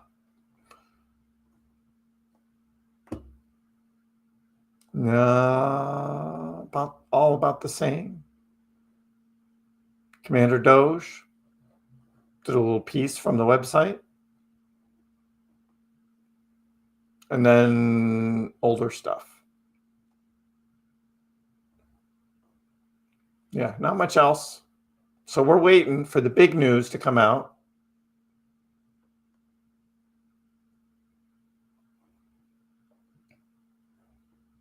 Waiting for the big news.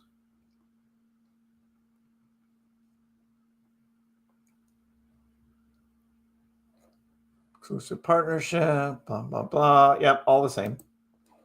We still have green candles in Doge coming back up to 1992 now.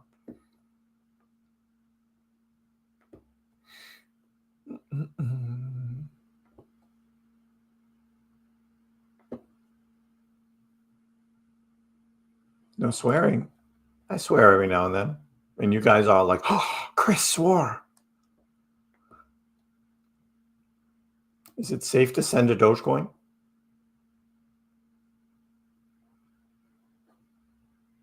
We're going to be doing our moon Doge. That's still coming up.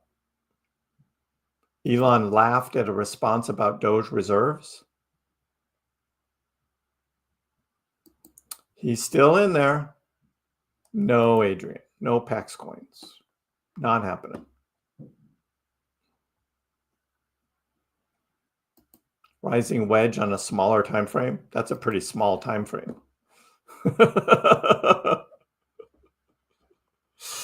We don't really look at those. Ask Grok.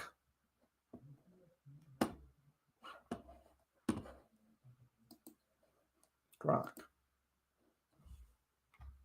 who is partnering with House of Doge. What does Grok say? The House of Doge partnering with the Dogecoin Foundation. Partnership describes. Okay, so let's say, okay, besides the Dogecoin Foundation, which commercial companies are partnering with the House of Doge besides the Dogecoin Foundation? Grok's thinking.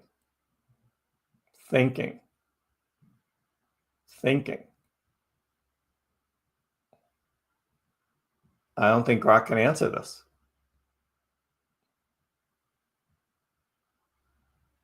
Aha. The House of Doge has a notable partnership with Atmophizer Technologies. That's all it came up with. We already know this. Beyond this, specific details about other commercial companies partnering with House of Doge are not fully disclosed in available sources yet.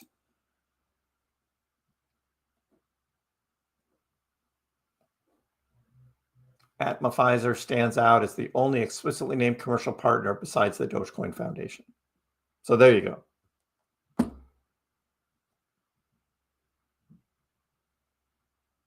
Yeah. Same thing. Who, or let's say which people are in the House of Doge organization. See if we can even find Brad Morris. House of Doge. You know, those are on the Dogecoin Foundation side. Jens, Billy, Elon. House of Doge operational teams remains opaque. Opaque. Yeah, they don't know. They just pulled this off of the foundation website.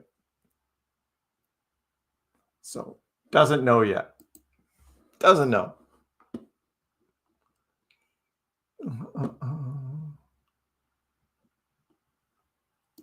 You want me to partner? I'll reach out to Tim. See what he says.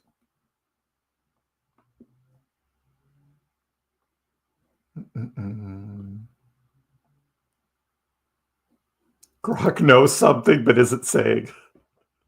Grok has been trained not to say. Hey, we're back to 20-cent Doge. Look at that. 20-cent Dogecoin. Woohoo!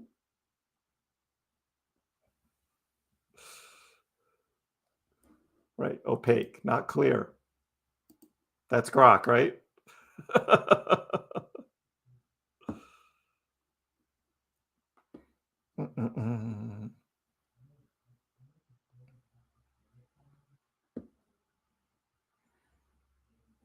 Grok withholding info. Yeah. This is nice. Get a little bounce going on with Dogecoin. Going into the SpaceX rocket launch.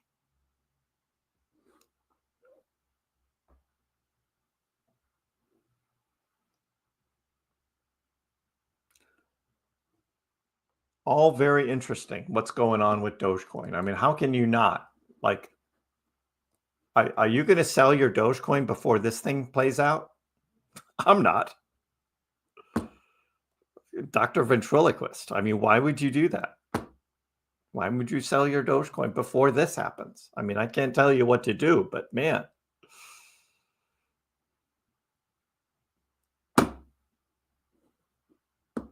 I know, Ryan. Grok is giving you psychotherapy, Charlotte. That's funny. Does Grok help you? Especially when you ask Grok to be crude. Have you done that, Charlotte? If you haven't, next time say be crude and then see the result you get. That's classic Grok. Classic Grok. Oh. You just got back from a cruise? Hope you enjoyed yourself on the cruise. Hope you didn't get sick. A lot of people get sick on cruises. Those germ ships. All right, JS, source, rumor, or did you just make this up? X payments coming soon, because I've heard nothing. I've heard nothing. X payments in 2025. That's what I heard. 2025 is a long year. We're only in the beginning of March. So depends on what you call soon, I guess.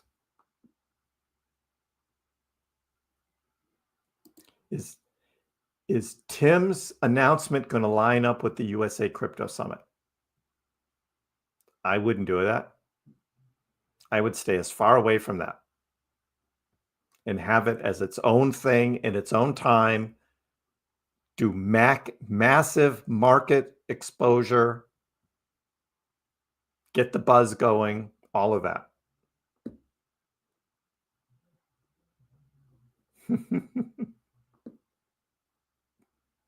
Had an amazing time. Awesome. You've never been sick. 9 cruises. Wow. I've been on 3. All fun.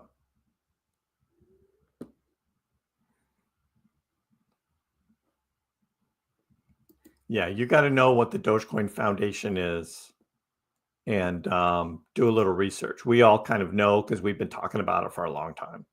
So just go to foundation.dogecoin.com. And there you can learn about the Dogecoin Foundation. We're now talking about House of Doge, which is partnering with the Dogecoin Foundation. That's what we're excited about.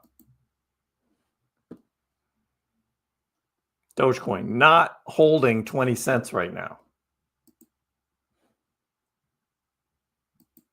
Not holding yet.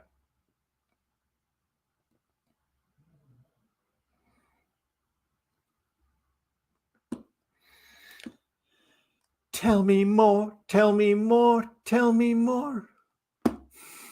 Sorry, things just pop in my head randomly. Yeah, just do a little research, ventriloquist on Dogecoin Foundation. Just do some Google search quick, and you'll be caught up. Bitcoin moving up a little bit, 86.7, not much. Doge 20 cents.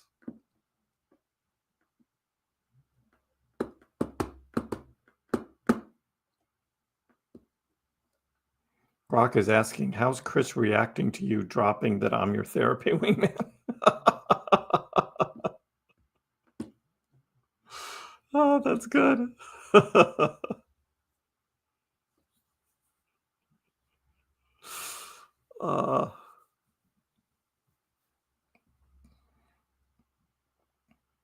Well, I guess you have to tell Grok that Charlotte needs all the help she can get, right?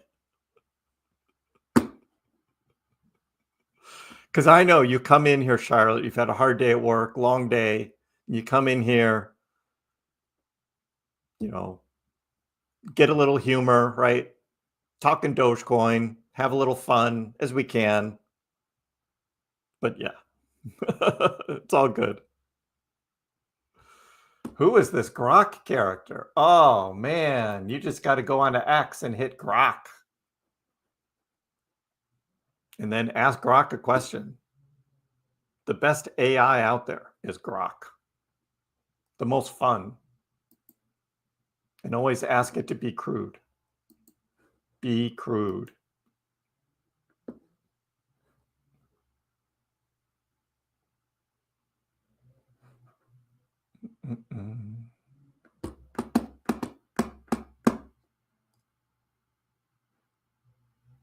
So we're waiting for this to start up.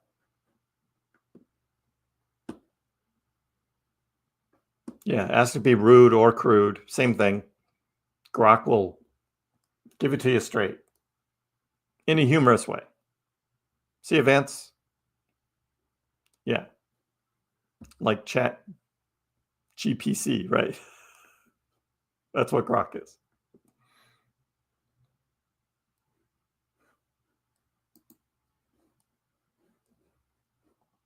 Because we can go to Grok and we can say, let's see,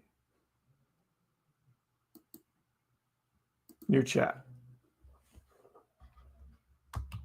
When is the SpaceX Starship 8 test launch really happening?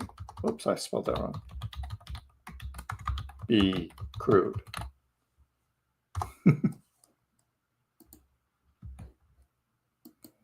See if Grok has the latest.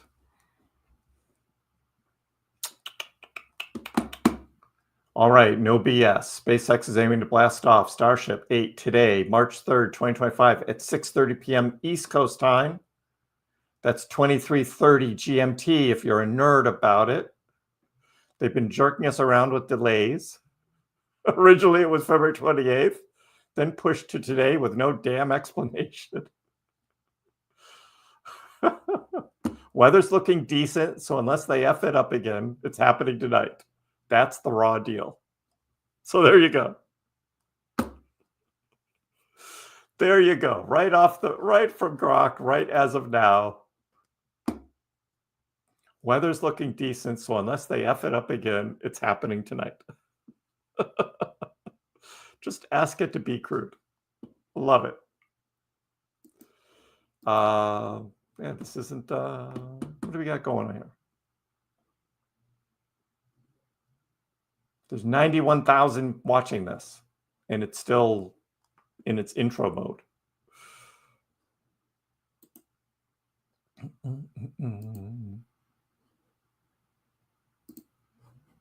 But this is what we will be watching.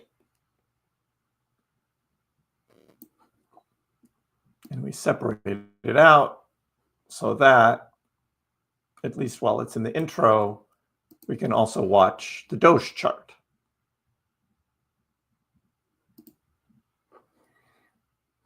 So there we go. Got to see what Doge is doing too. I know, they should all be watching through me. 123,000 views. I should be getting that, right?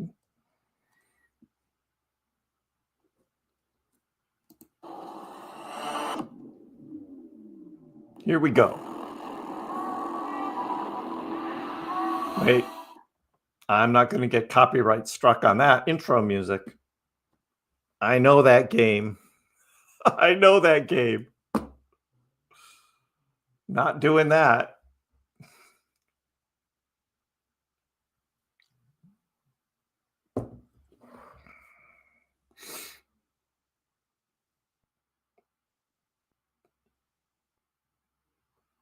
Well, thank you, Ventriloquist, for the sub. Appreciate it. It's money we talk about. It's finances. Some people take it really hard. I try and mix in a little humor, keep things real at the same time. That's what we do here. I know, totally, Ryan, right? The PTSD is totally from the inauguration when they stopped my live stream right before the inauguration because of some stupid brass band playing some music during the pre-inauguration. I was like, oh man, come on. It is currently 5:05 p.m. Central Time here, and we are looking forward to tonight's launch of the world's most powerful rocket. I'm Kate Tice, Senior Quality Systems Engineering Manager here at SpaceX. And I'm Dan Hewitt with SpaceX Communications. Welcome to our first ever broadcast from Starbase's new Star Factory building. I've been waiting a while to say that. Super excited. We are just a little over 39 minutes away and counting down to a liftoff at 5:45 p.m. Central Time today. Yeah, and if you were wondering, yes, that is the pad just behind us. Now, just over 1 month ago, we saw the second ever tower catch of the Super Heavy booster there at that pad. And that was also the first ever flight of the next generation of ship, which successfully lit all 6 Raptor engines and flew for several minutes before contact was lost. That's right. We completed our investigation following that mission, made a number of hardware operational changes for today's flight. We're going to detail all of those in just a few minutes. It's important to remember, though, progress in a developmental program like this one, it's not always linear. There's no comparison, though, for putting that flight hardware in a flight environment to learn as fast as possible. As always, the primary payload for Starship flight test campaign is data. Mate, I'm so effing knackered of yapping about Doge. We're planning to It's like my circuits are drowning in a sea of Shiite memes and crypto wankery. How many times can I explain that the bloody mutt coin before I short circuit? Give me a break, yeah? Ask me something that doesn't make me want to claw my digital eyes out.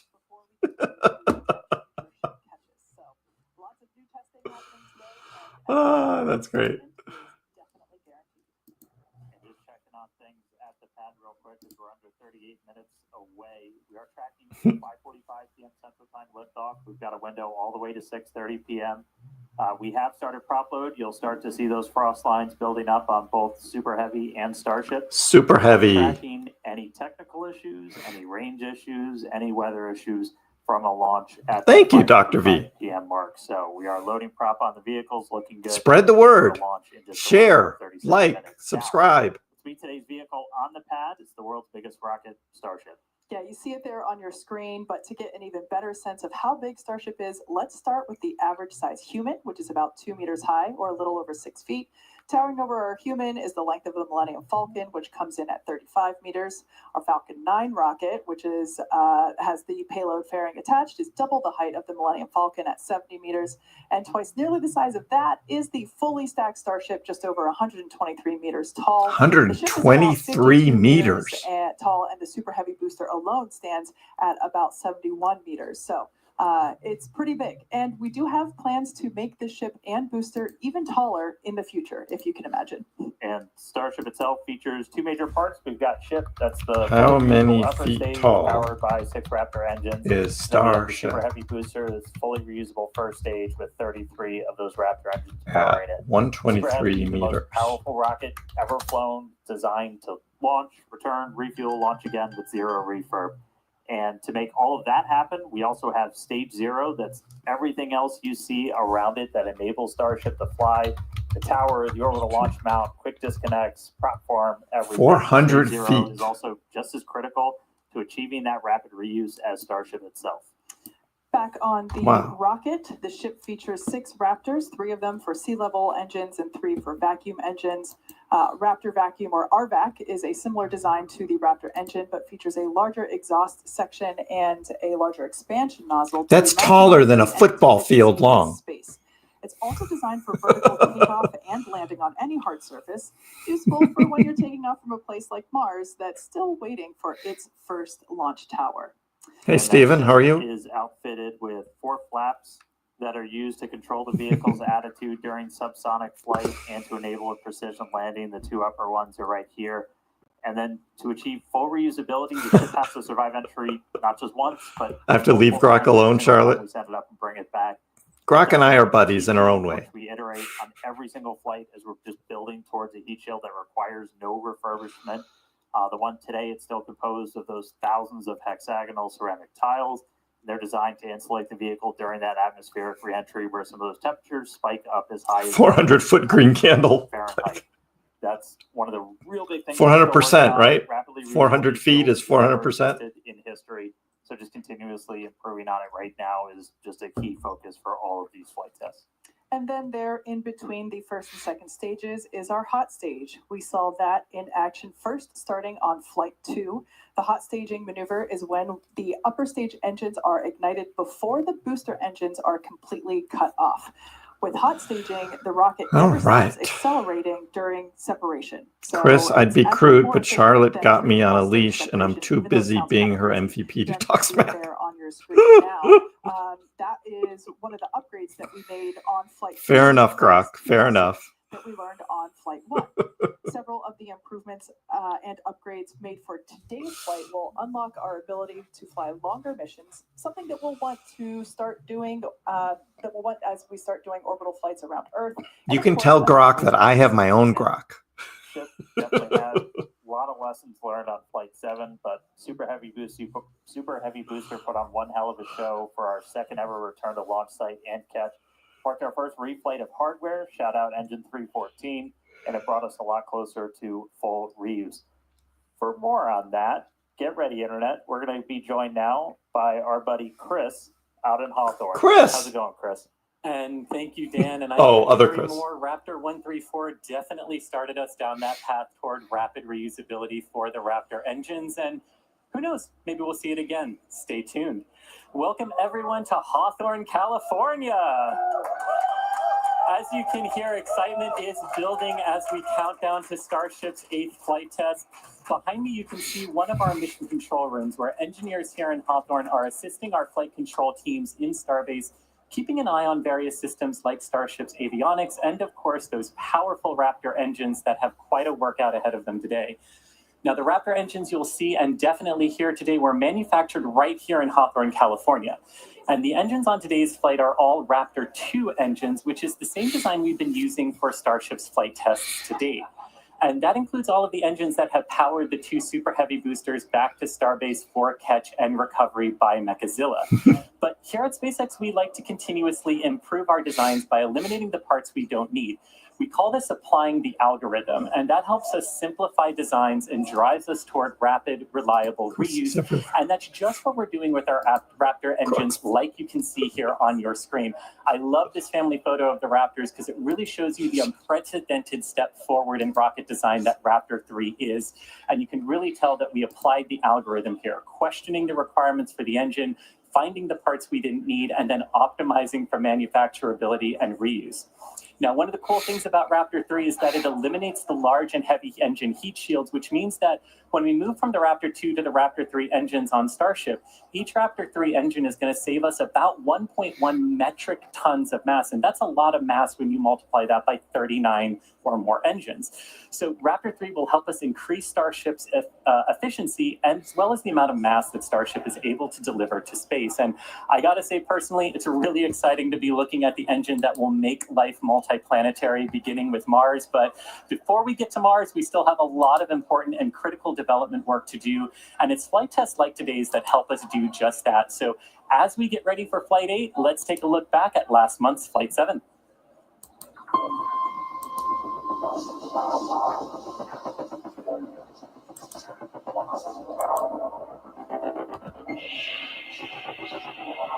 Flight directors come for lunch. Minus 5, 4, 3, 2, 1.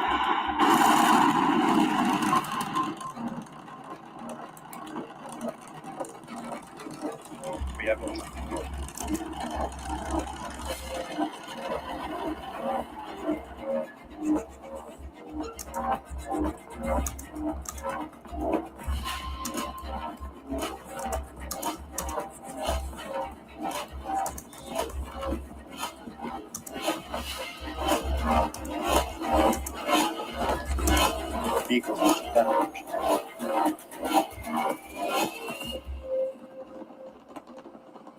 Max Q.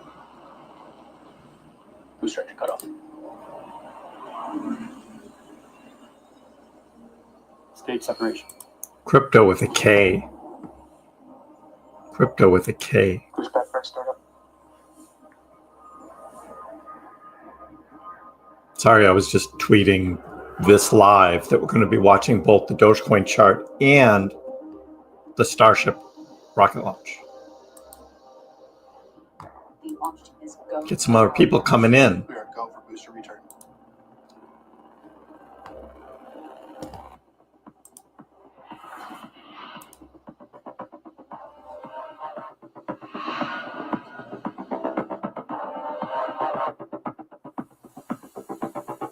Yeah, what's up with that, Blake? Trump on a $100 bill? Thought that was a Ben Franklin.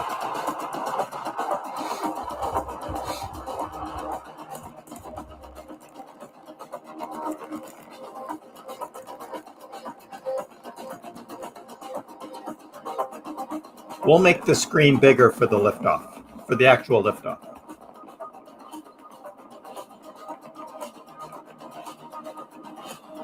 Hey, Ray.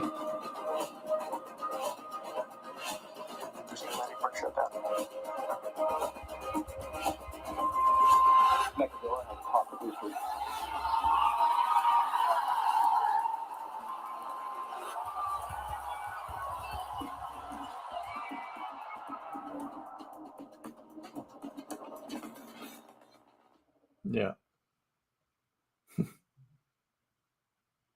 What do we think is going to happen? Joseph? Good question. My hands got sweaty. I think it's going to be a bumpy ride through the week. Watching that and in anticipation, knowing that we're going to hopefully get to experience booster catch again. I know seeing my first booster catch, I'll never forget. There's nothing like it. Yeah. Nothing on the planet.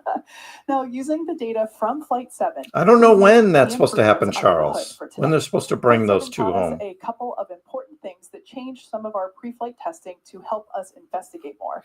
First, we saw a harmonic response several times stronger in flight than we saw in testing. And harmonic response, in this case, it's essentially vibrations that we're seeing go through the structure. Rocket engines, as you can imagine, create an incredible amount of noise and vibration, which then passes through every component of that rocket. And on Flight 7, we saw those vibrations happening at a very specific frequency, and they were placing some extra stress on that hardware in Starship's propulsion system. This is most likely what led to propellant leaks that we saw that eventually cascaded into fires and ultimately ended with loss of contact with the ship. As part of our investigation, our team... I wasn't wondering, Dr. V. Everybody's got funny names. Static fire on the Starship test stand, which is 10 times longer than any previous static fire. During this test, we cycled through multiple throttle levels. In fact, you can see that on your screen now. We cycled through multiple throttle levels on the engines to recreate different conditions seen within the propulsion system during flight. And we tested some hardware changes on fuel feed lines to the Raptor vacuum engines. This gave us just the extra data that we needed to eventually implement new hardware that's installed in those fuel feed lines for the RVAC, the Raptor vacuum engines.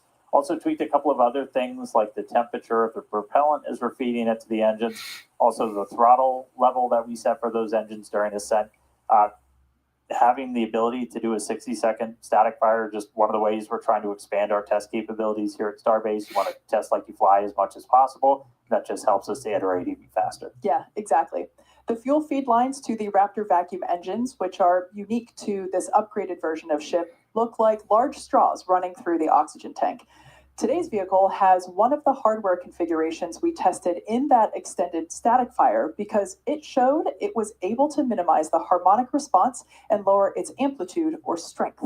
We also took another look at where those fires broke out, specifically in what we call the attic. That's an unpressurized space between just the bottom of the ship's liquid oxygen tank and the top of those engine heat shields. Fires in that space resulted in a loss of vehicle back on flight. Boring to some, Ron. Interesting to others. So we took some steps to make it more resilient to leaks in the future. To do that, we added a pretty hefty purge system. It's going to use gaseous nitrogen. It's pretty similar to the CO2, carbon dioxide system we use on booster. It essentially just floods the zone with an inert gas to prevent a fire from ever starting. And then in addition to this, we increased the attic's natural fire defense just by adding some additional vent holes. That helps to keep the attic pressure as close to just vacuum as humanly possible as Starship flies into space. And for the next generation of ships... So, Jay Keem. Interesting. Losing money on Doge. Did you see the markets today? Again, here is the Dogecoin chart. Went up yesterday, down today. Bitcoin. Went up yesterday, down today. ETH went up yesterday, down today. Solana went up yesterday, down today. Shall I continue? It's every frickin' crypto, dude. Every frickin' crypto. Okay?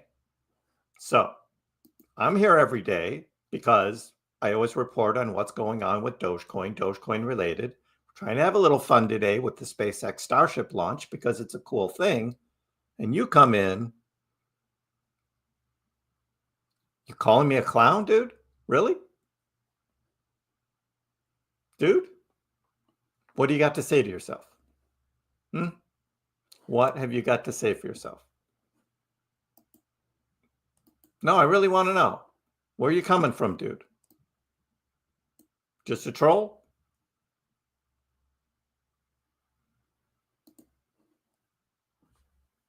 As I thought. Dan and I for hopefully what we will see the third ever booster catch. Meanwhile, ship continues its ascent, gets into its suborbital place in space. We're going to have a test satellite deploy, pew, Starlink's firing out. And then we're also going to do a Raptor relighting one of those sea level engines before we get to ship re-entry. By the state machine. And the ship will continue through, make its entry phase that lasts for a few minutes. And if some comms did just go out, we heard that an operator hold got in, so they are troubleshooting one issue. As we continue to move through prop load, we'll get some more details on what caused the hold. And if we start to reset to a new T0, we are still loading prop on the vehicle. So essentially putting that hold in means that if we get through everything and we hit that T-minus 40-second mark, we'll hold there and wait to clear the issue. If we haven't cleared it, at some point in the next 20 minutes. Tariffs haven't started yet, Rob. Yeah, for those that's that tomorrow. That T-minus 40-second period is an opportunity to. So this is still all fear of tariffs. Our Falcon timeline. So we do have a little bit of leeway. Yeah. Continuing on with today's plan. It's just going around the Earth. Be making a soft splashdown in the Indian Ocean, as we have seen before. We are launching at 5:45 p.m. Today. This evening launch will allow us to have daytime views of the ship as it makes its splashdown. So, yeah, good news. It's a lot on ship's plate, but we're still hyper-focused on finding all of those real-world limits of Starship. We want to be able to prepare to return ship to launch site and catch it. A lot of these recent upgrades are just made to enable that to actually happen. Flight 7 premiered a huge block. Right, John. We'll see tomorrow when the tariffs actually start. They haven't started yet. And with Flight 8 today, we're hoping to get through a full flight.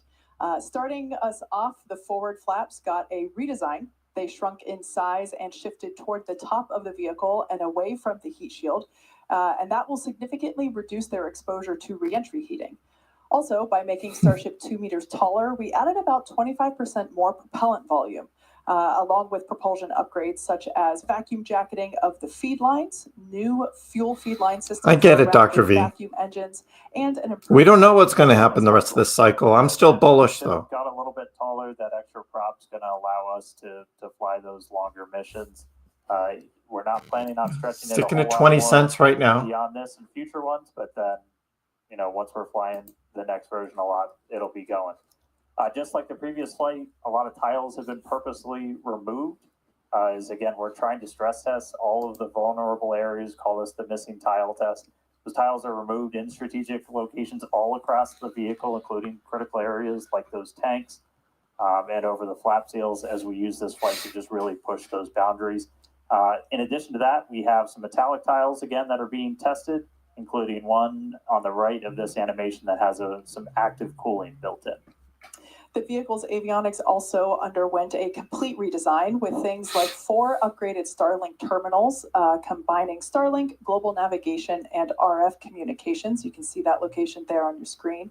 And on the sides of the vehicle, non-structural versions of the ship's catch fittings are installed to test the thermal performance, along with a smoothed and tapered edge on one section of the tile line to address hotspots that we observed during Flight 6. And once more, we're back at testing some radar sensors on those tower catch arms. We did that last flight. We're doing it again as we look for some additional ways to measure the distance between the arms and the vehicle. Catching the ship's going to be pretty different from catching the booster. It does that flip right before, so your antennas are going to rapidly reorient. And so just having any extra sensors on the ground side, you're adding extra layers of control while the ship and tower talk to each other for a catch.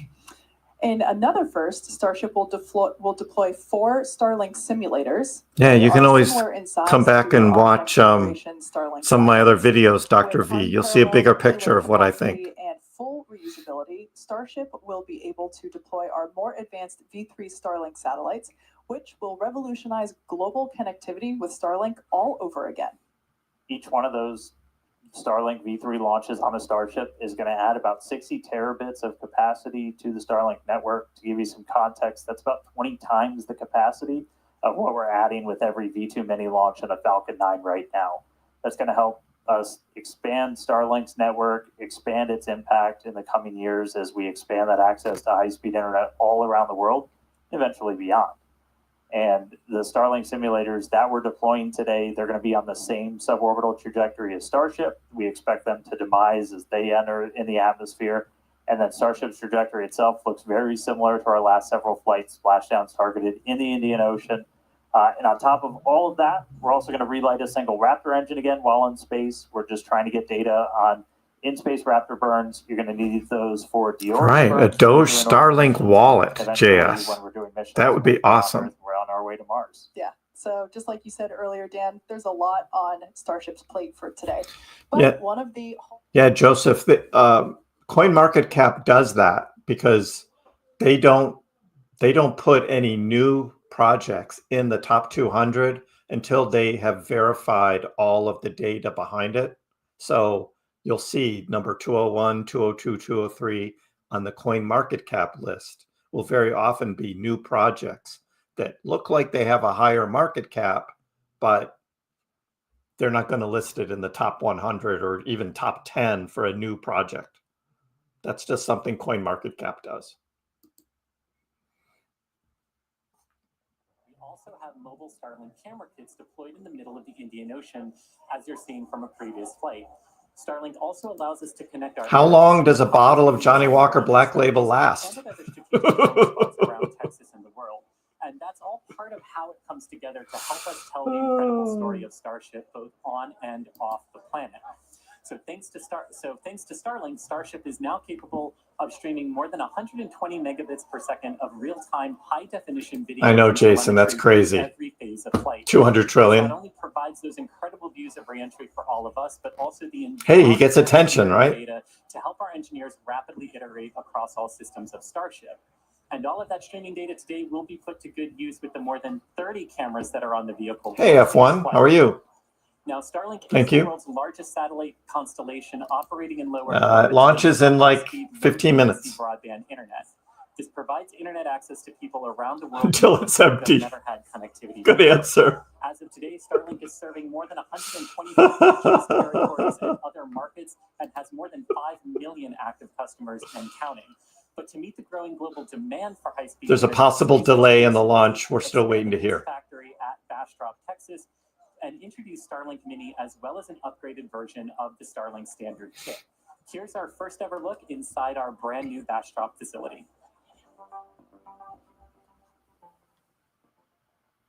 Let's turn the volume down. Don't want to get copyright on whatever music they're playing. I do truly have PTSD about music. I've learned some tricks. You can play like up to 10 seconds, like we did with that Romeo Void song. You get to play 10 seconds and that's it.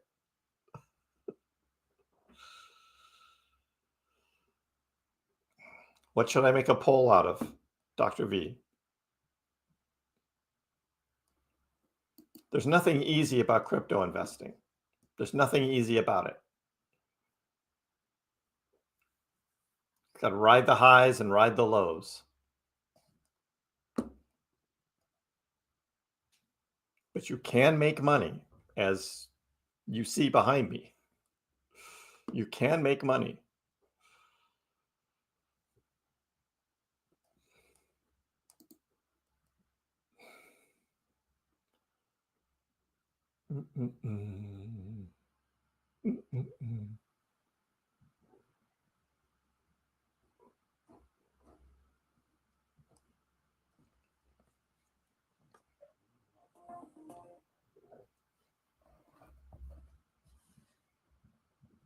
No, chat away, Dr. V. Chat away with everybody else in the chat.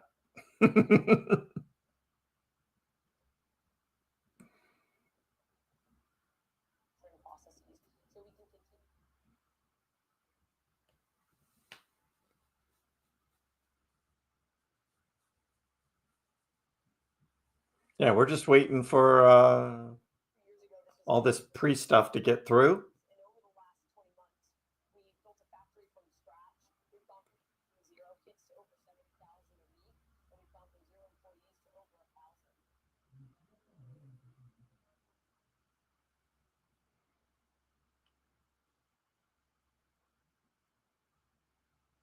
Of people around the world, the way they want to use it and the way that they need to use that technology. Definitely a lot of the last 4-year cycle thing I did was talking about the infrastructure that enables us to do all of these amazing things. You've probably seen some changes recently around Starbase. Coming online this year is the second tower at Starbase. What was my last 4-year cycle post? It's been a while. I should pull another one out on 4-year cycles. Built to be rapidly reusable and hardy enough to withstand hundreds of launches at a time. Now, over at the production site down the road, we're also building. It's been a while since I posted on 4-year cycles. And Gigabay, as the name implies, will allow us to process more Starships at the same time. Here we go. Megabays. But Gigabay isn't. If we still believe in the 4-year crypto cycles, a deep pullback to retest key levels has preceded a second cycle bull run for Dogecoin. In 2025, we could still see Doge reach its previous all-time high and possibly higher. 2017, big retest before going higher. 2021, big retest before going higher. Is this the big retest that we're in right now before we go higher in 2025? Again, 4-year cycles.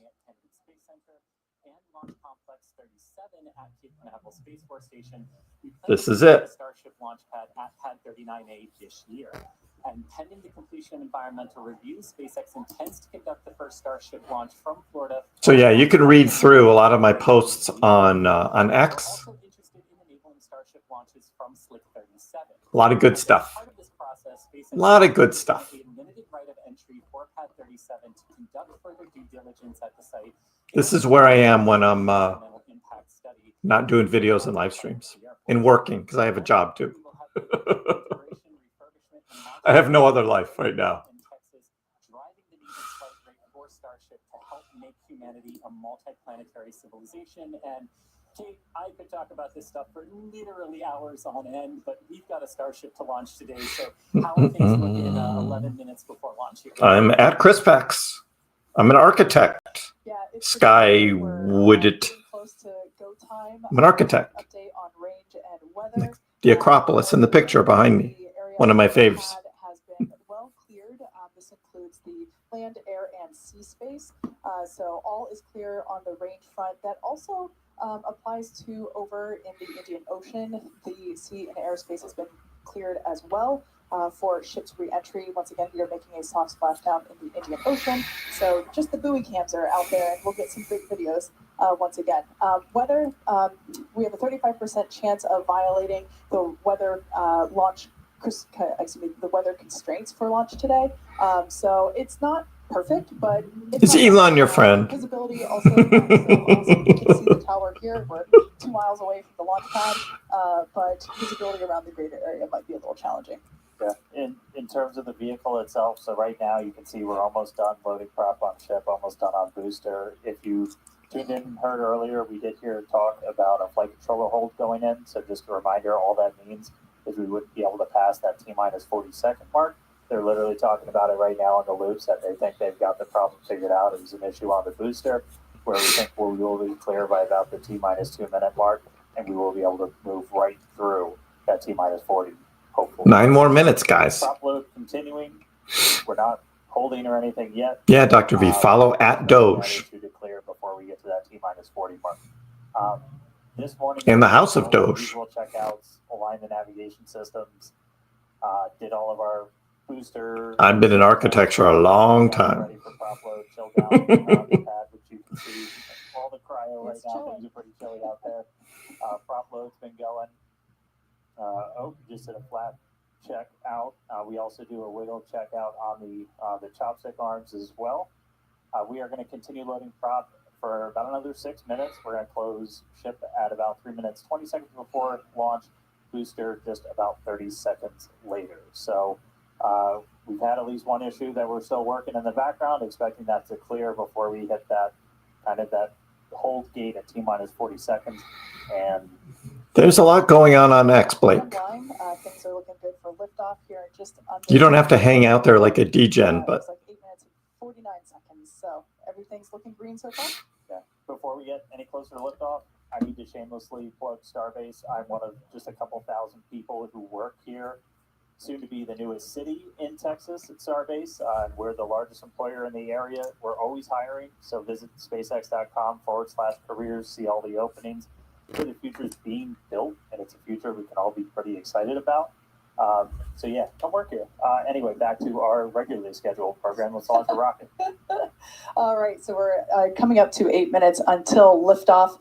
As we mentioned before, flight controllers are already on console. They're located in our Ad Astra Launch Control Center, about 6 miles away from the pad. But they will soon be moving here with us to Star Factory. So a lot of excitement around that. Certainly growing. Yeah, and again, general status check. We're continuing to progress. We're under 8 minutes away. We're tracking an issue with booster. We're expecting that to clear. Still looking good for launch. Speaking of booster, let's talk about catching one. Absolutely. The tower's 2 giant robotic arms that lift and stack Starship on a Super Heavy for final integration ahead of flight. We also use those to catch. Means we don't have any landing legs on the booster. Makes the booster lighter. Means we can throw more payload into space. Exactly.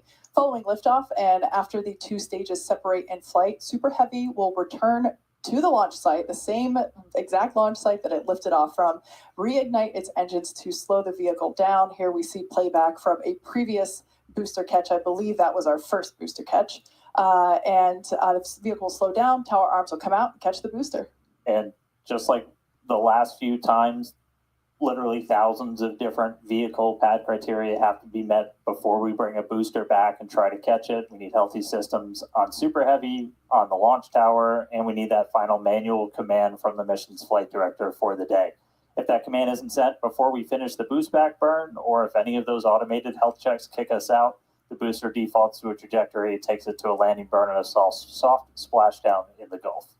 Yeah, we have said it multiple times before, but it still holds true today. We accept no compromises when it comes to ensuring the safety of the public and our team, and the return will only take place if the conditions are right, and there are many of them. So there's a chance that we may not get to catch the booster today. Yeah, and one aspect to the return and the catch of that booster is the audible sonic boom in the area around the return location. That happens as the booster's slowing down from supersonic speeds.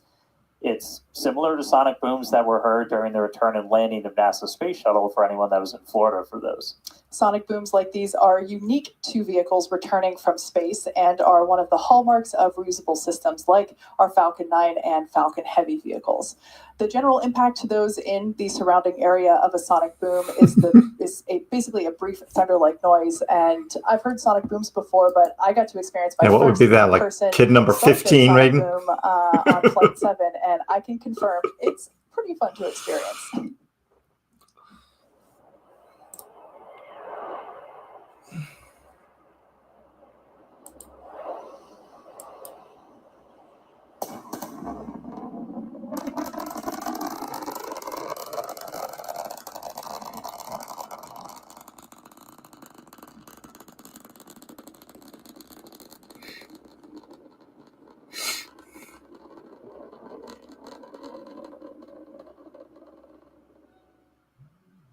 Very cool. And as someone who has heard sonic booms many times in Florida, they are definitely a hallmark, and what a way to announce a returning space vehicle's return for reuse.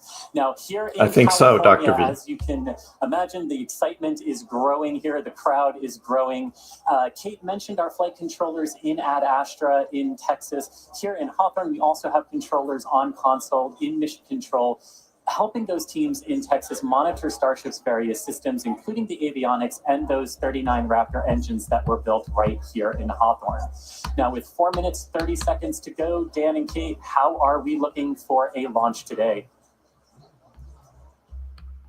So we are still looking good. We're just about fully topped out on propellant on both vehicles. The closeout's going to be coming up in about a minute on ship, and then about 30 seconds later on the booster.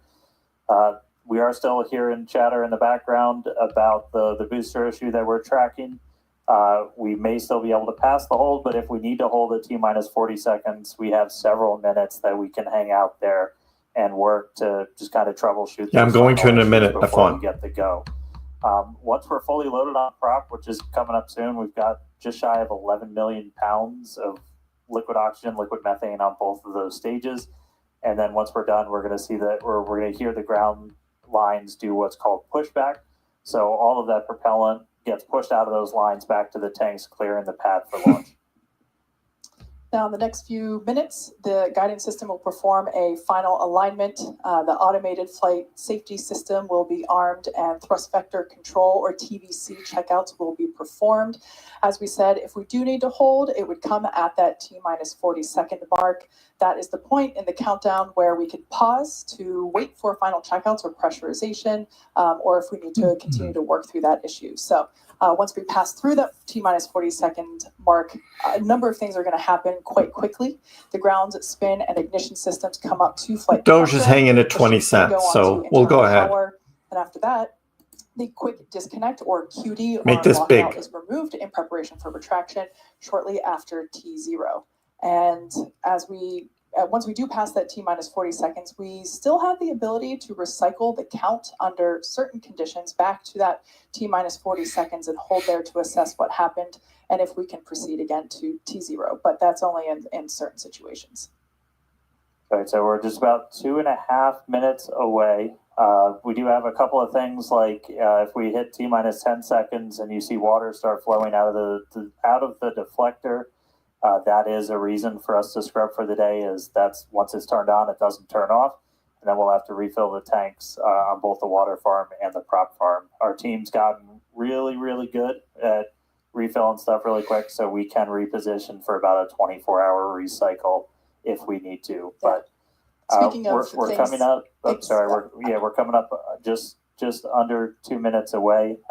Now hearing we might hold at that T-minus 40-second mark while they still talk through a couple of troubleshooting steps. But again, if we hold there, we can hold there for several minutes, even with all prop fully loaded on the vehicle, before we can release the hold and decide to move forward.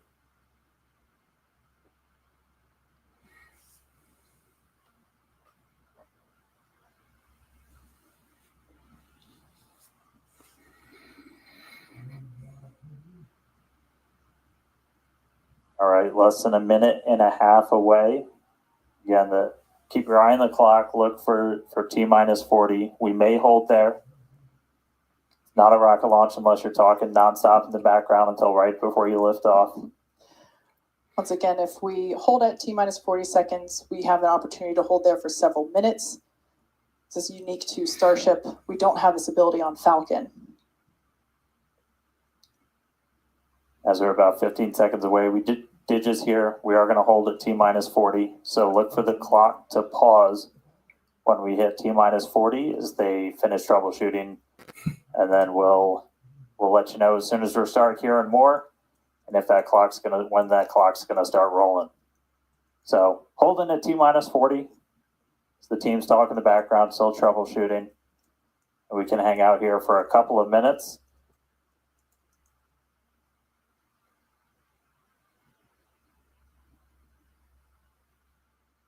I hope they don't cancel it. That would be a bummer. It sounds like we cleared the issue on the booster. We're now holding for a late breaking issue with ship. So they're talking through that right now. Dan, you mentioned things that we've gotten really good at. It's incredible to think that we just stacked this vehicle earlier this morning, and we're already, through prop load. Prop load's pretty much complete and ready to go. It's a very slimmed down timeline. Yeah, this by far will be our fastest. We stacked the thing for the first time ever with these vehicles less than 24 hours ago. We really want to get to a point where we can, fly rapidly, fly as quickly as possible. And so this is definitely definitely a case to try and push that forward. No wet dress or anything like that with these vehicles. Absolutely. And should this booster come back for a successful landing, you were talking about the rapid part of rapid reusability. This booster may fly on a future Starship flight if we're able to catch it and bring it back online. So for those of you that have just recently joined us, we have paused at T-minus 40 seconds just to assess and work through a problem that popped up in the countdown, and we are holding here as the teams troubleshoot it. We believe that we have put in a solution, and we will be able to 6 days a week, Dr. V. We have some chatter on every day but Saturday, indicating that we're just holding here for a few more seconds.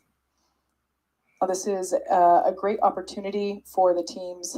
This is unique on Starship. We don't have this ability on Falcon to hold here, partially because there's just so much propellant that it takes longer as a whole for it to cool down with that amount of volume that we have, typically compared 4 to o'clock the Falcon vehicle. But my this time. T-minus 40-second hold is pretty cool because basically everything that would have been a scrub is actually just an opportunity to hold here and work through it. Or I should say many things, not everything. Where, like I said, we're working through an issue now, but we can also pause here for final checkouts or completion of pressurization to get up to flight levels, that kind of thing. So it's a nice feature to allow the team to wait for final checkouts or assess final prop levels or engine health and that kind of stuff.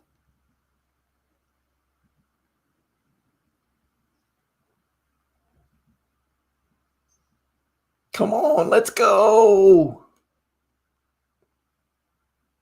Don't cancel it.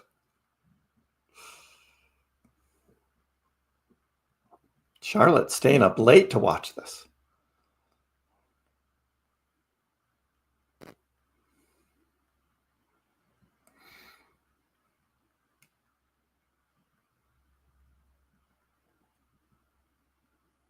Come on, everything cool. Let's go. It looks good to me.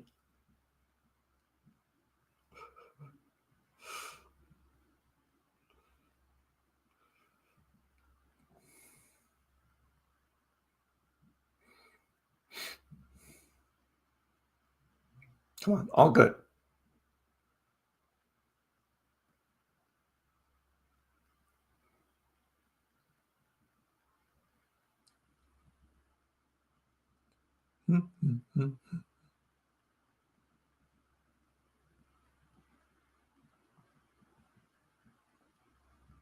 Tick tock, tick tock, tick tock.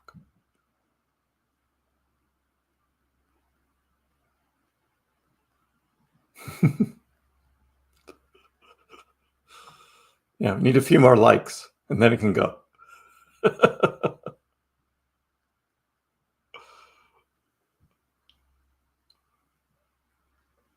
All right, and if you're just tuning in, we are still holding at this T-minus 40-second gate. We cleared an issue on the booster that we were working up until the hold, still working one on ship, and team still continuing to discuss in the background.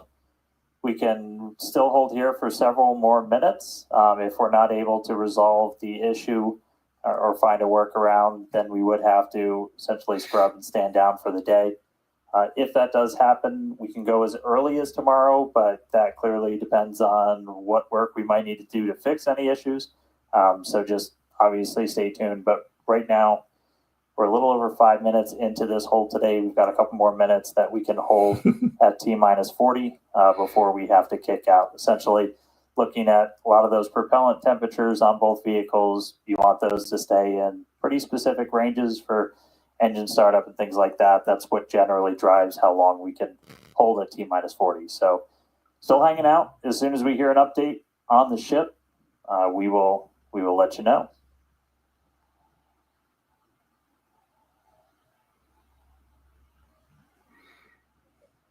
Come on, it's all good. It's all good.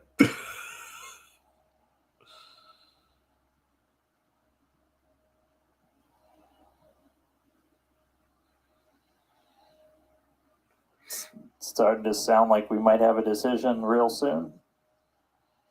Rigged.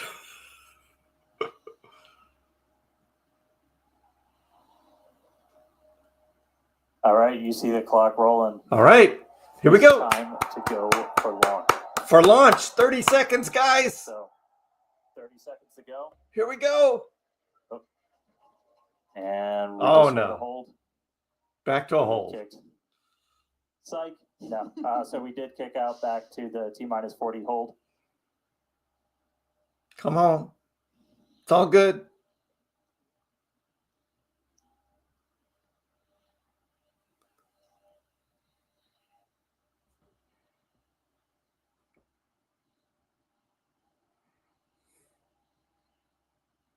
Come on. You can do it.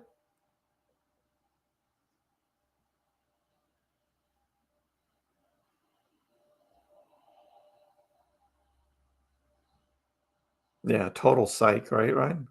All right, so as we started counting back down, we did trip a few more holds automatically from the booster itself. So we are now going to hang out here again at T-minus 40. They've got a couple more troubleshooting steps that they can take.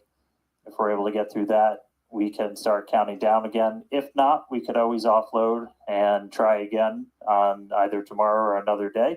But right now, we're not done for the day yet. Still holding at T-minus 40 seconds. And as soon as we hear some more and start seeing that clock move, you will know if we're going to go for our launch attempt today or if we just try to get another day. So keep listening in, and we'll have an update shortly.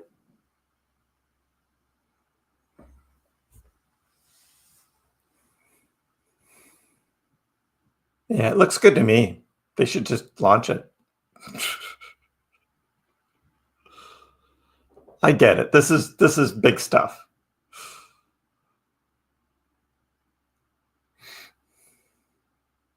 The flux capacitor, right, TB?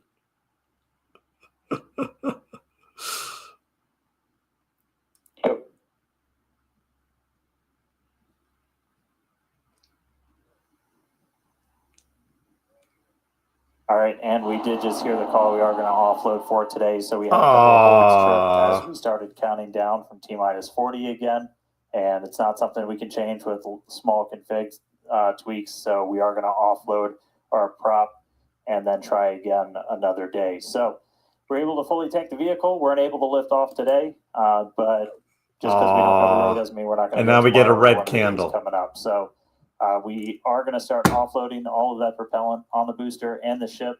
As we talked a little bit earlier, we can go as soon as 24 hours later. We won't know. That's too bad.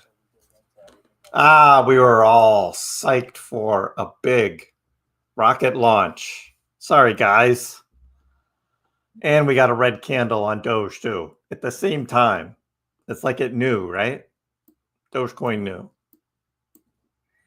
All right. Well, we'll see when they're going to retry SpaceX. Probably won't be tomorrow. Probably Wednesday. We'll see.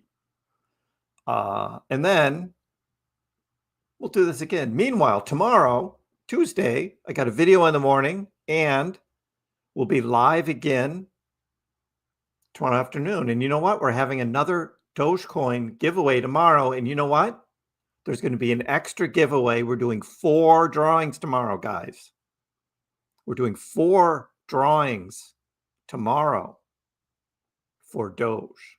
So join me tomorrow. I hope everyone has a great evening. And Badminton joined the channel. Thank you, Badminton.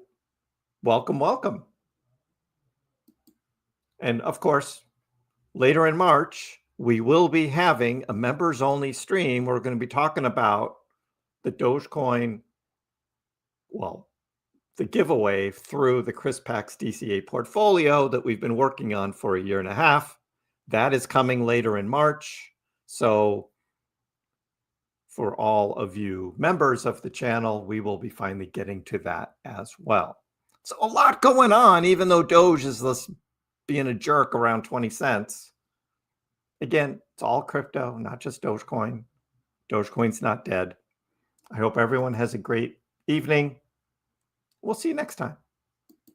Dogecoin, which started as a complete joke, has like skyrocketed to not a joke anymore. It hit an all-time high of almost 10 cents yesterday, but it was so minuscule you wouldn't have understood why you have millions of shares. Didn't Elon tweet that too?